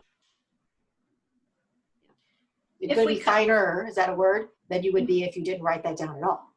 So you're in a better position. So if we co-treat for 30 minutes a week with another service provider like SLP, who is also 30 minutes a week, will we count that as 30 minutes for each service? You know, in SSD land, we don't. What we have always done is we've counted that for half of each of your service. So your SLP gets to count for 15 and you get to count for 15. That's for people that are really counting beans. Some people will never say a word about it and you'll be fine doing it. But if a parent's going to question that, that's what we've tended to do. So if you're doing a session with the speech therapist, maybe do it twice a week instead of once a week for your 30 minutes. Is there a process or paperwork for families that do not participate in virtual therapy? If there's no response, if the student doesn't show, doesn't access online. If there's no response, you should be contacting your case manager. If there's no response from the case manager, they're supposed to be talking to the school social worker. That would be like a truancy kind of thing, as the child never showed up for school. If you know they don't have technology, the team knows that. The team is going to come up with a plan to either A, get them technology, or B, make a modification. So you may have students that don't have technology, or maybe their parents are essential health workers and working all day. And so then we are going to do everything asynchronous. And that's a team decision. That's going to be okay. But it's not going to be okay just to be sending things out to the you know, posting things. This happened a lot in the spring. And you're like, well, I don't know if they got it or not. I've never heard a word from these people. So if you haven't heard a word from your people, I would go to the case manager first and say, hey, are you getting any feedback? Is she talking to, you know, is she doing things? Is she talking to you? And if the answer is no, then you guys should talk to the AC about that. And let them know that this family's not participating. Can I follow up on that question, Terry? It's Kate. Yes. My question, I guess, for that is because we had several students that did their gen ed stuff, but did not participate in related services. So they might do some of their stuff with the case manager, but I can't get a response. Uh-huh. And they're not accessing my Schoology folder. So I guess our question was, do we continue to post lessons for that student, even though they haven't joined a single Zoom, they aren't responding? You know, it's like, what's that process look like for SSD? You know, I mean, I would definitely go through the case manager and have the case manager work with the family to find out why they're not participating, and then let the area coordinator know, and she will let you know what you're going to do about that. You can't make someone participate. You can't go to the house and set the child up on Zoom and then run outside and do the session. So you're going to have those situations, but you're going to not, instead of just randomly just posting it and thinking they're not responding, you're going to document the steps that you took to get them to respond. Either how many times you contacted them, if you tried it various ways, if you tried the case manager, if you had the case manager try to get them to set up, if you asked them what would be a preferable method, would you like for me to send home packets? You know, try to get them to participate at some level and document it. Just like the PTs do that with their scripts. You know how we document, I called them on a Tuesday, then I tried a Wednesday. I sent them a letter. I, you know, offered to call the doctor. I tried to get a release sign. We do all of these things, and sometimes we still don't get it. But we do all of those things. So that's what you're going to do as well. You're going to reach out to your case manager, reach out to your social worker, ask if they want a different method. Maybe they hate Zoom. That's okay. You can hate it and not do it, and then maybe there's another way we can provide our services. We're going to work with families to try to provide something that's going to work for them. So I just had to keep going a layer closer and closer. Like if they weren't doing my stuff, I tried to see if I could embed my stuff. If they were accessing somebody's site, like the resource teacher, then I'm like, can I have my stuff on? I wanted to embed it and have it be really clear that it's paired with her stuff. So now she's got my activities alongside her activity. Can you do them both? If that didn't work, we had some kids that literally they were issued one Google slide from their gen ed teacher, and it had links to the special ed things that were so they just couldn't some of it they just couldn't navigate all the stuff. They're like, I just can't go all these places and do all this, but they could manage one slide per day, and it had the links to the different stuff. And then sometimes they engaged, sometimes they didn't. But that was the best chance to embed your stuff at the place where they really are participating.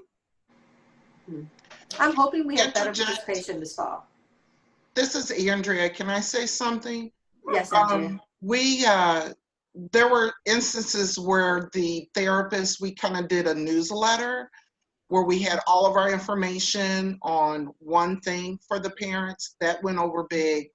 I've heard about some that did Google Docs that wanted us to put it all on that, and that was helpful for the parents as well, just giving them one place to look where everybody was right there in their face.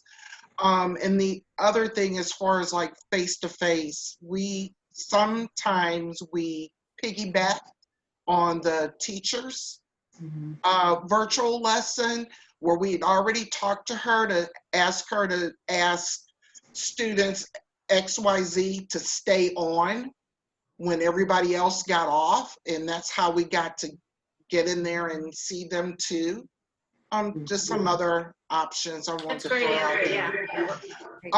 But I didn't jump in earlier with the scheduling. Can I go back just a little bit with that? You know, we have a hot district right now as well with parents complaining, and you know, I don't think they've ever really thought about, with all the services, having to pull their child to see them, that they're actually being taken away from their academics. Well, they're going to see it now, and I foresee a big firestorm of, you know, well, now they're missing, you know, this with their special ed teacher, or they're missing this with their gen ed teacher, and it's like, well, there's only so many hours in the day, and I'm not working at night.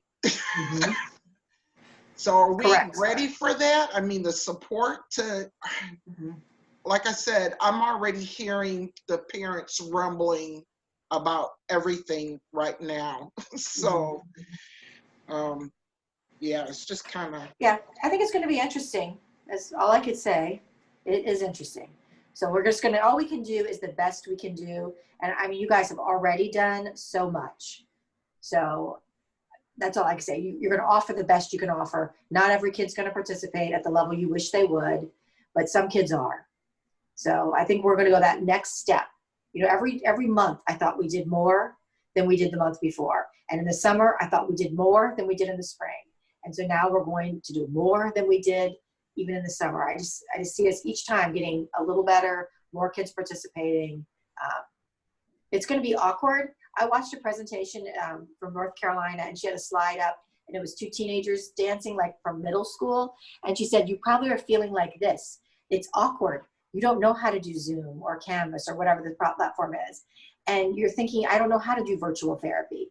But keep in mind, you do know how to do occupational and physical therapy better than anyone you're Zooming with, for sure.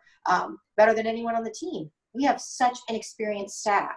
So whatever you're going to offer them is still that knowledge base. Yeah, it's going to be awkward getting connected, but once you do, it's going to be very good. So realize it's going to be awkward. I thought, oh yeah, I feel awkward all the time right now doing the Zoom.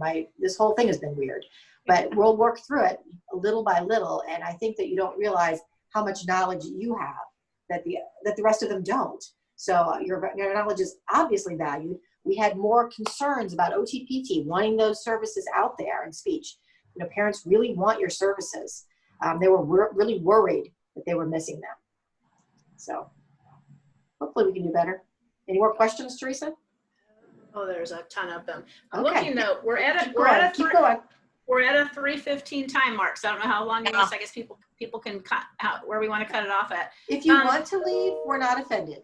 But if you want to keep listening, I'll stay on. I don't care. Keep asking me questions. We'll keep talking. So there were some therapy log questions, Mary, about will CODAs have access?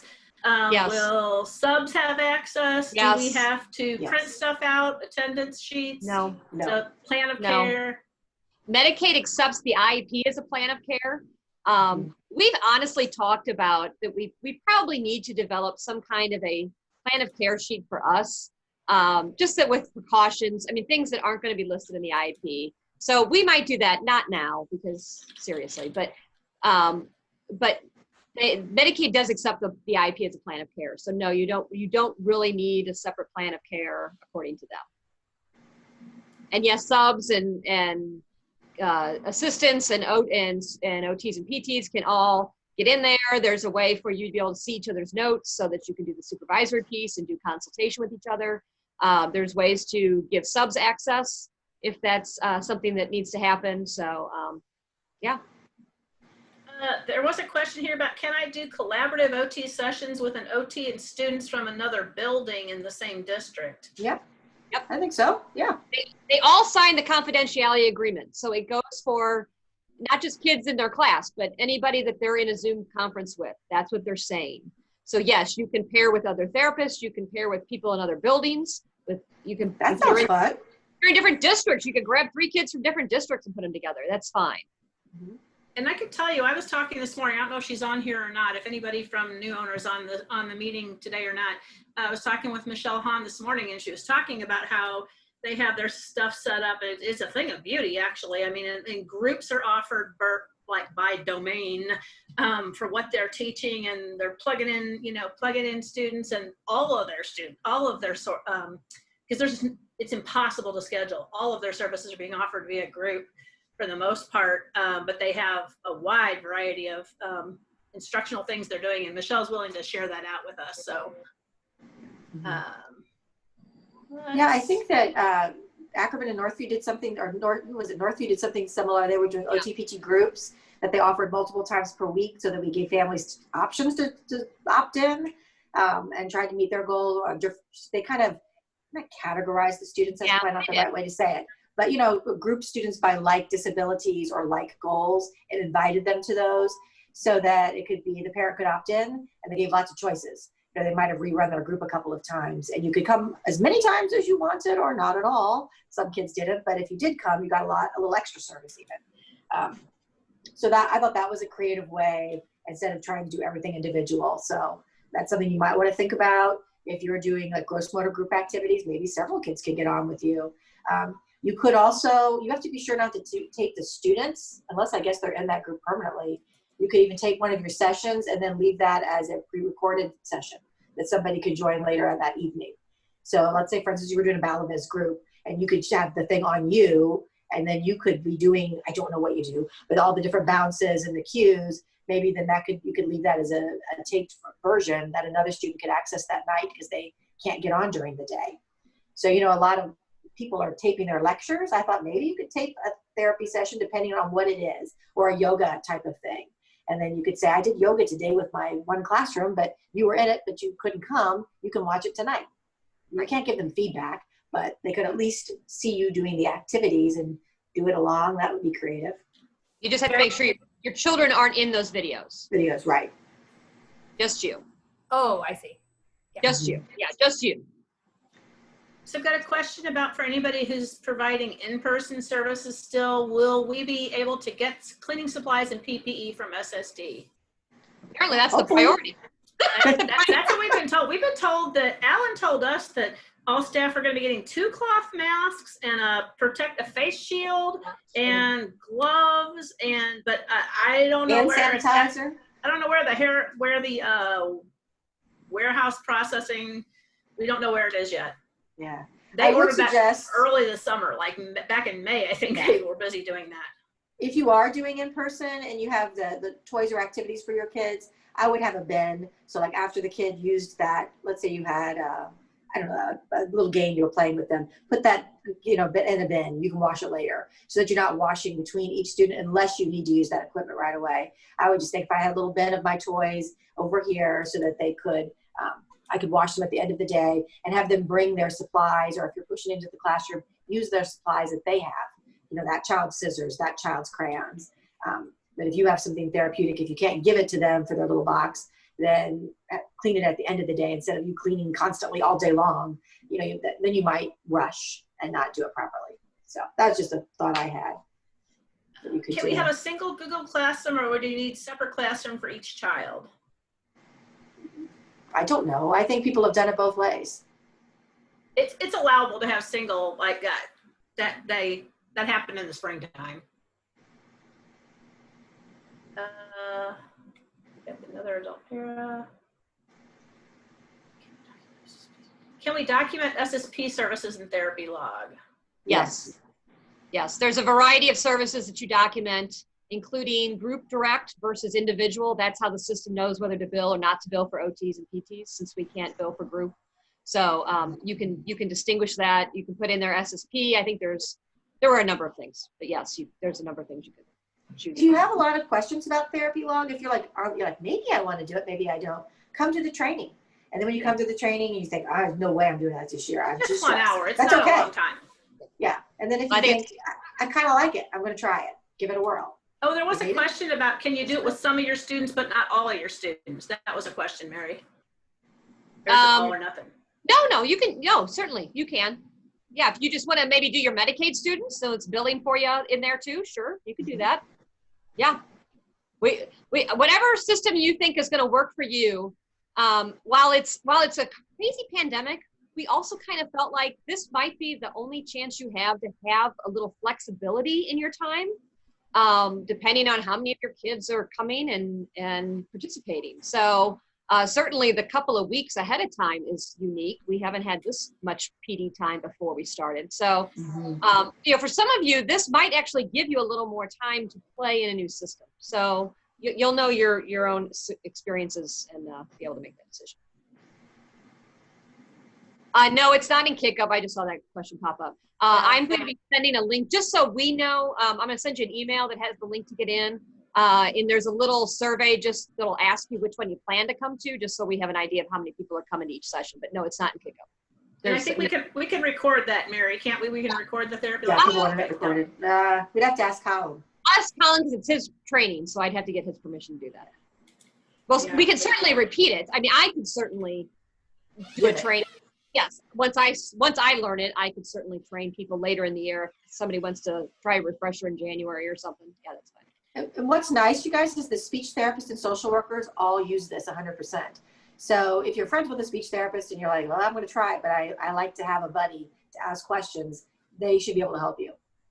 Although keep Little in mind, I last will say some speech therapists that I've worked with love to complain about it just because they didn't necessarily take notes all the same way we did. Like our documentation was always more rigorous than theirs. So just because of our licensure and the way we do things with our associations.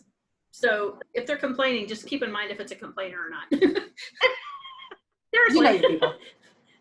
Seriously, I see big bonuses to not having to have the plan of care, not having the attendance face sheet, not having to print off stuff, not having to sign things. I see big bonuses to that. So there's a lot of other startup. There might be some front loading getting it all in there, but then there's a lot of bonuses to not ever have. And then plus you can see it, your subs can see it, your CODIS PTAs can see it. I don't know. It's beautiful. We can see it. We can see it, which I'm a little worried about if we get audited while we're all off. I'm a little worried I'm going to be driving around God knows where picking up notes from you guys, because you've probably got now 2.5 years of notes on your person. So yeah. Teresa, do you feel like you might be able to take notes while you're doing a session in Therapy Log? You'd have to have 2 computers because one's going to use for Zoom. Okay. I mean, I'm thinking. I don't know. It sounds like a juggle to me, but I don't know.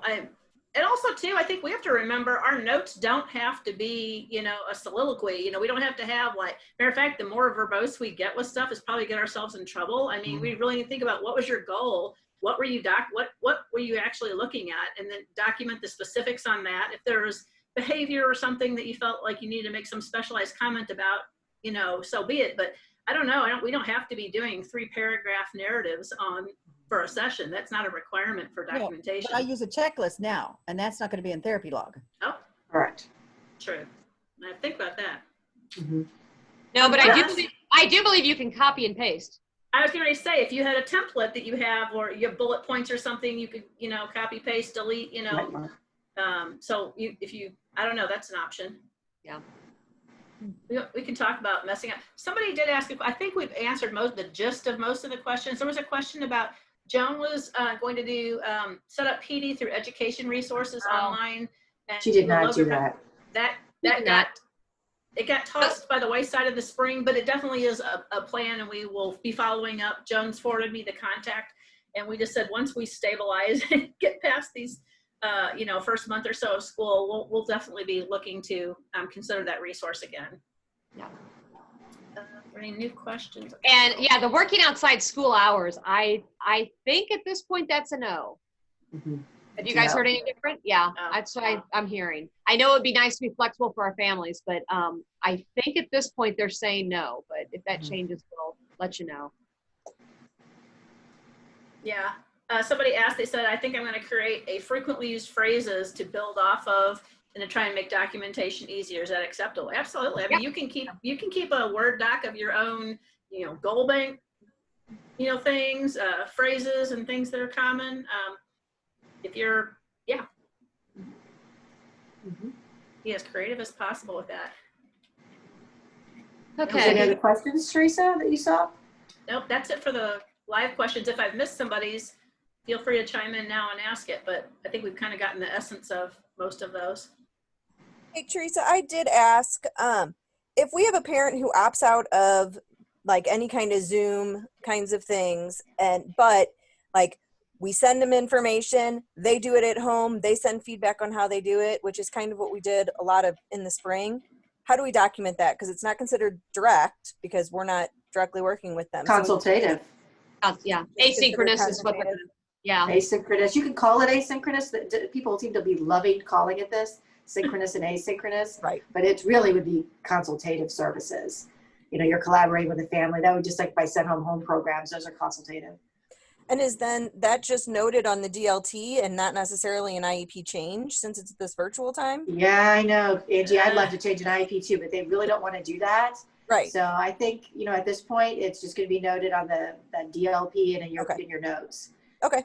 Thanks. So I kind of wanted to go the other direction. But what we can't do is we can't offer that as our starting place. If it ends up there, you just document it appropriately. You just can't say, this is my plan. I'm just going to send you some stuff and we're going to call that OT. That's just what we can't do. Right. You want to start with, can we set up a virtual session? And then if the family, you know, and then say, do you have the technology to do it? Like, what's our barrier? If you can help them solve the barrier, that's going to be fantastic. They're going to use this stuff for something besides OT and PT. They're going to hopefully log into their classroom. You know, you got to find out what the barrier is. If the barrier is they're working, you say, do you have a caregiver that can do it with the kid? You know, try to make sure the parents know we're willing to really work with them to try to do something live. But if they're just like, I just am not going to do it, then we're not going to say, hit you over the head with it. Then we're going to try to figure out what would work for you. So, because I understand if you've got grandparents watching your kids, maybe they can't do PT. That baby's not going to work. You know, they may say, no, we're just not going to do that. Or my kids at KinderCare, we're not going to do that. We're only going to log into the reading. And I do understand those priorities. So, but we're going to offer it. So try to help the parent think outside the box, see if there's a barrier we could break through. Right. We're going to be sending out, watch your email, because we're going to send out those, when we get the EdCamp topics and the dates, times finalized, Mary's going to send that out to everybody. And I look at it and see what you can possibly go to before your students start, because I think we have a wealth of resources amongst ourselves. There are people who have done some of this stuff so comfortably. They feel just great inside their skin about this, and they're ready to take off and go. And we're all the way on the other end where somebody's like, I didn't get on and ever do one virtual thing last spring. Like, it didn't work for me. And maybe that's because it didn't work from the student. Maybe it's, to be honest, maybe it's because you were uncomfortable as a therapist. It's just fair. I think you need to really think, what was your barrier maybe, and figure out what we can do to help support you in feeling good about helping this happen. So we're here to support you guys through all of that. And I think the EdCamps will have a lot of information. Just seeing ideas and seeing how it happened for somebody else. Then we'll make sure you technologically can execute it yourself. But I think half of it is just seeing how somebody else did it successfully would make people feel a whole lot better. And think baby steps. It's so overwhelming. I get overwhelmed probably once a day. And think I'm ready to retire. I can't do it. I get overwhelmed. Say, but no. Take baby steps. Think of something like, okay, today maybe I'm going to schedule Miss Susie's room, you know, or something like that. Or I'm going to try to set up a Zoom thing. I'm going to go watch a Zoom conference and learn how to do it. I'm going to research that. I'm going to send home some tips to my parents. I mean, try to think of something you could do. Like, I was talking to somebody before the meeting about scheduling, and it seems so overwhelming. And I said, why don't you do like the APEs? Gather everybody else's schedule. They already scheduled. Great. Let me find out theirs. Have them send it to you. Plug in when your kids could be seen. That's how APE usually does it. They put every possibility down, and then they can kind of go from there and weed it out what you could do. But instead of doing your whole schedule, maybe do one classroom. Like, I'll schedule her room today, or I'll schedule my favorite thing. I love to do this one group. I'll set up those schedules today so that you can feel you accomplished something, instead of saying, oh my God, it was another day and I'm still overwhelmed and I still haven't done anything. Like, we did that. We've been meeting. If it helps you to meet with people, get your 2 or 3 friends and say, let's Zoom together for an hour and we'll talk it through. You know, I'm going to schedule, or see if you're a case manager, we'll get on the Zoom with you and you guys can go back and forth about good times to set it up. Teresa and Mary and I get on, and 2 hours later, it'll be done. And we're doing crazy things like drafting emails and making PowerPoints. But I mean, we could all do it by ourselves, and we do a lot of texting, but sometimes even just getting on with each other has been helpful. It seems like we're almost at the office, you know, and it just seems like then we get in our groove and we get going and we knock out the PowerPoint and we make up the tips, and we've made up 5 different ways to get supplies to you, and none of them have been effective yet, but we're going to keep trying until we get stuff to you. I can't wait till we start to get them there. So be sure and check out the link, and Mary can probably send it as just an individual doc link, just the OTPT resources for virtual services. We listed out, we didn't go through the document, but it's got scheduling tips, service delivery tips. So it's a lot of stuff we talked about today prior to starting session, what your first session might look like, data collection, evals, and some additional resources. So use that as a starting point for yourself to go to right after this meeting, or if you're thinking about some of these things that are fresh on your mind that have been in our Q&A. Some of the links are really good at the bottom. They were like just to YouTube things, other people doing sessions, and you watch like, oh, I never thought of that. You know, down to like what you should wear for your session. Like, I was fascinated with some of the videos, but they give good tips that I didn't necessarily think of. So it was just kind of nice, and I felt like I was getting more and more of my toolbox. So I feel a little more comfortable when I was doing something I would be uncomfortable, I'm going to tell you, me setting up a Zoom, but I learned how to do it. Now I've done meetings. Sometimes people have to talk me through it, but once you've done it, then you can do it again. So, get your family ready to be the guinea pigs or your friend, and set up your first Zoom meeting, and Practice with your whatever high you're school doing. daughter. Yeah. So we've done some kind of crazy stuff and try to figure out something easy to do the first time you meet with the kids if you haven't done it before, so that you're all successful. So I don't know. It's going to be exciting. Yes. That'll be true. We're going to be better when it's all over. You'll be better and have more skills than you ever had in your life after this year. Right, right. For real, can't ever say that. You will have more skills than you had a year ago. How about that? We plan on having a great end of the year party to celebrate all of this at the end of the year. In person. In person. All We can do together. retirement. We're Getting having a in each Sunday. other's, getting in each other's space. You name it. I have All another right. question.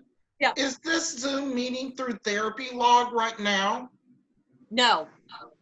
How are we on for longer than their basic minutes? Because I got permission from SSD to do it.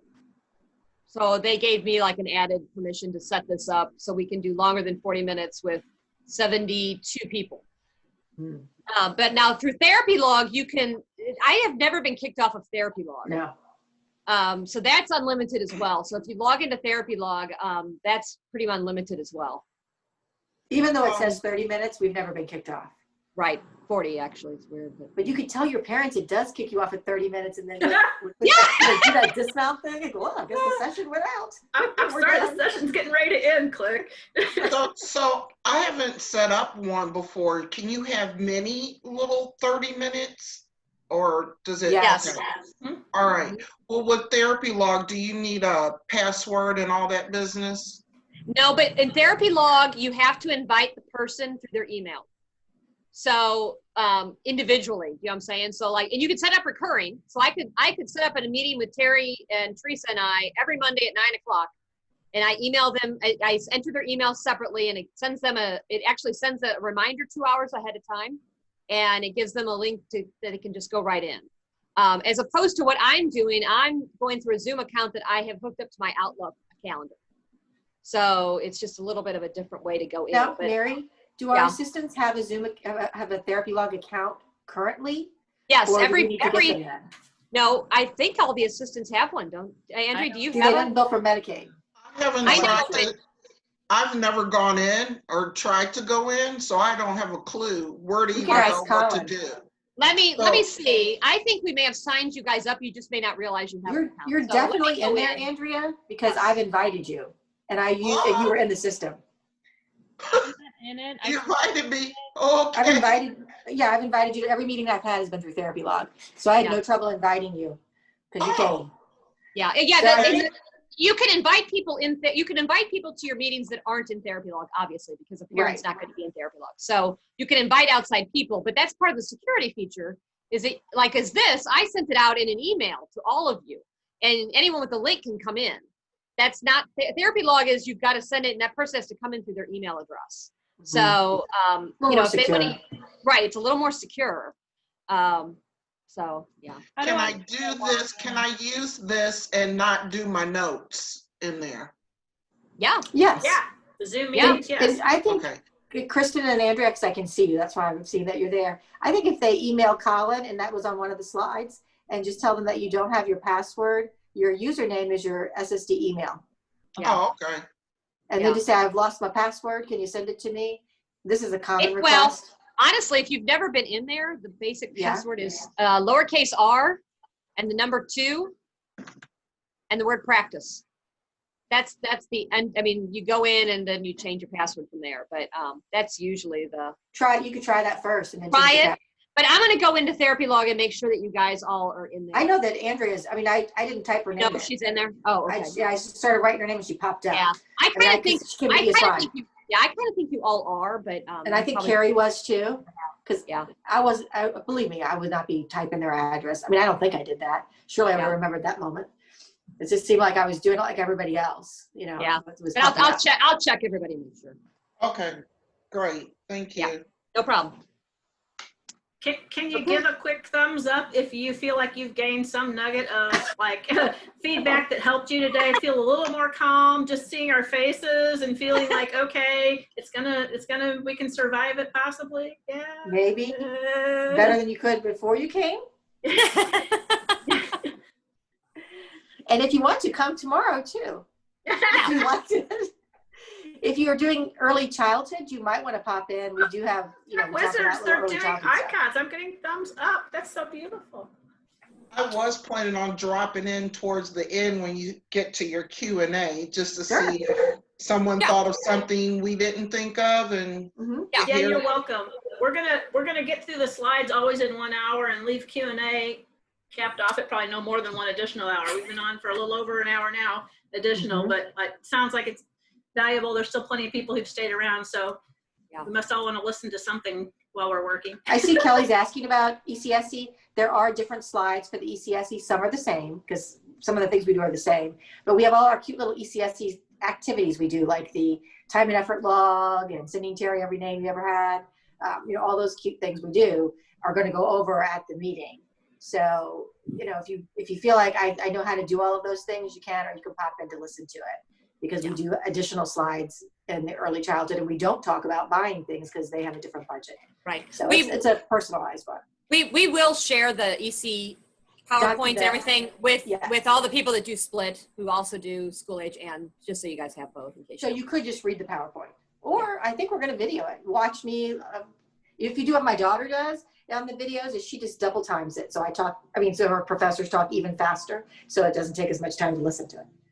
Another option, if you don't want to listen to me, if you want to watch it again, warp speed.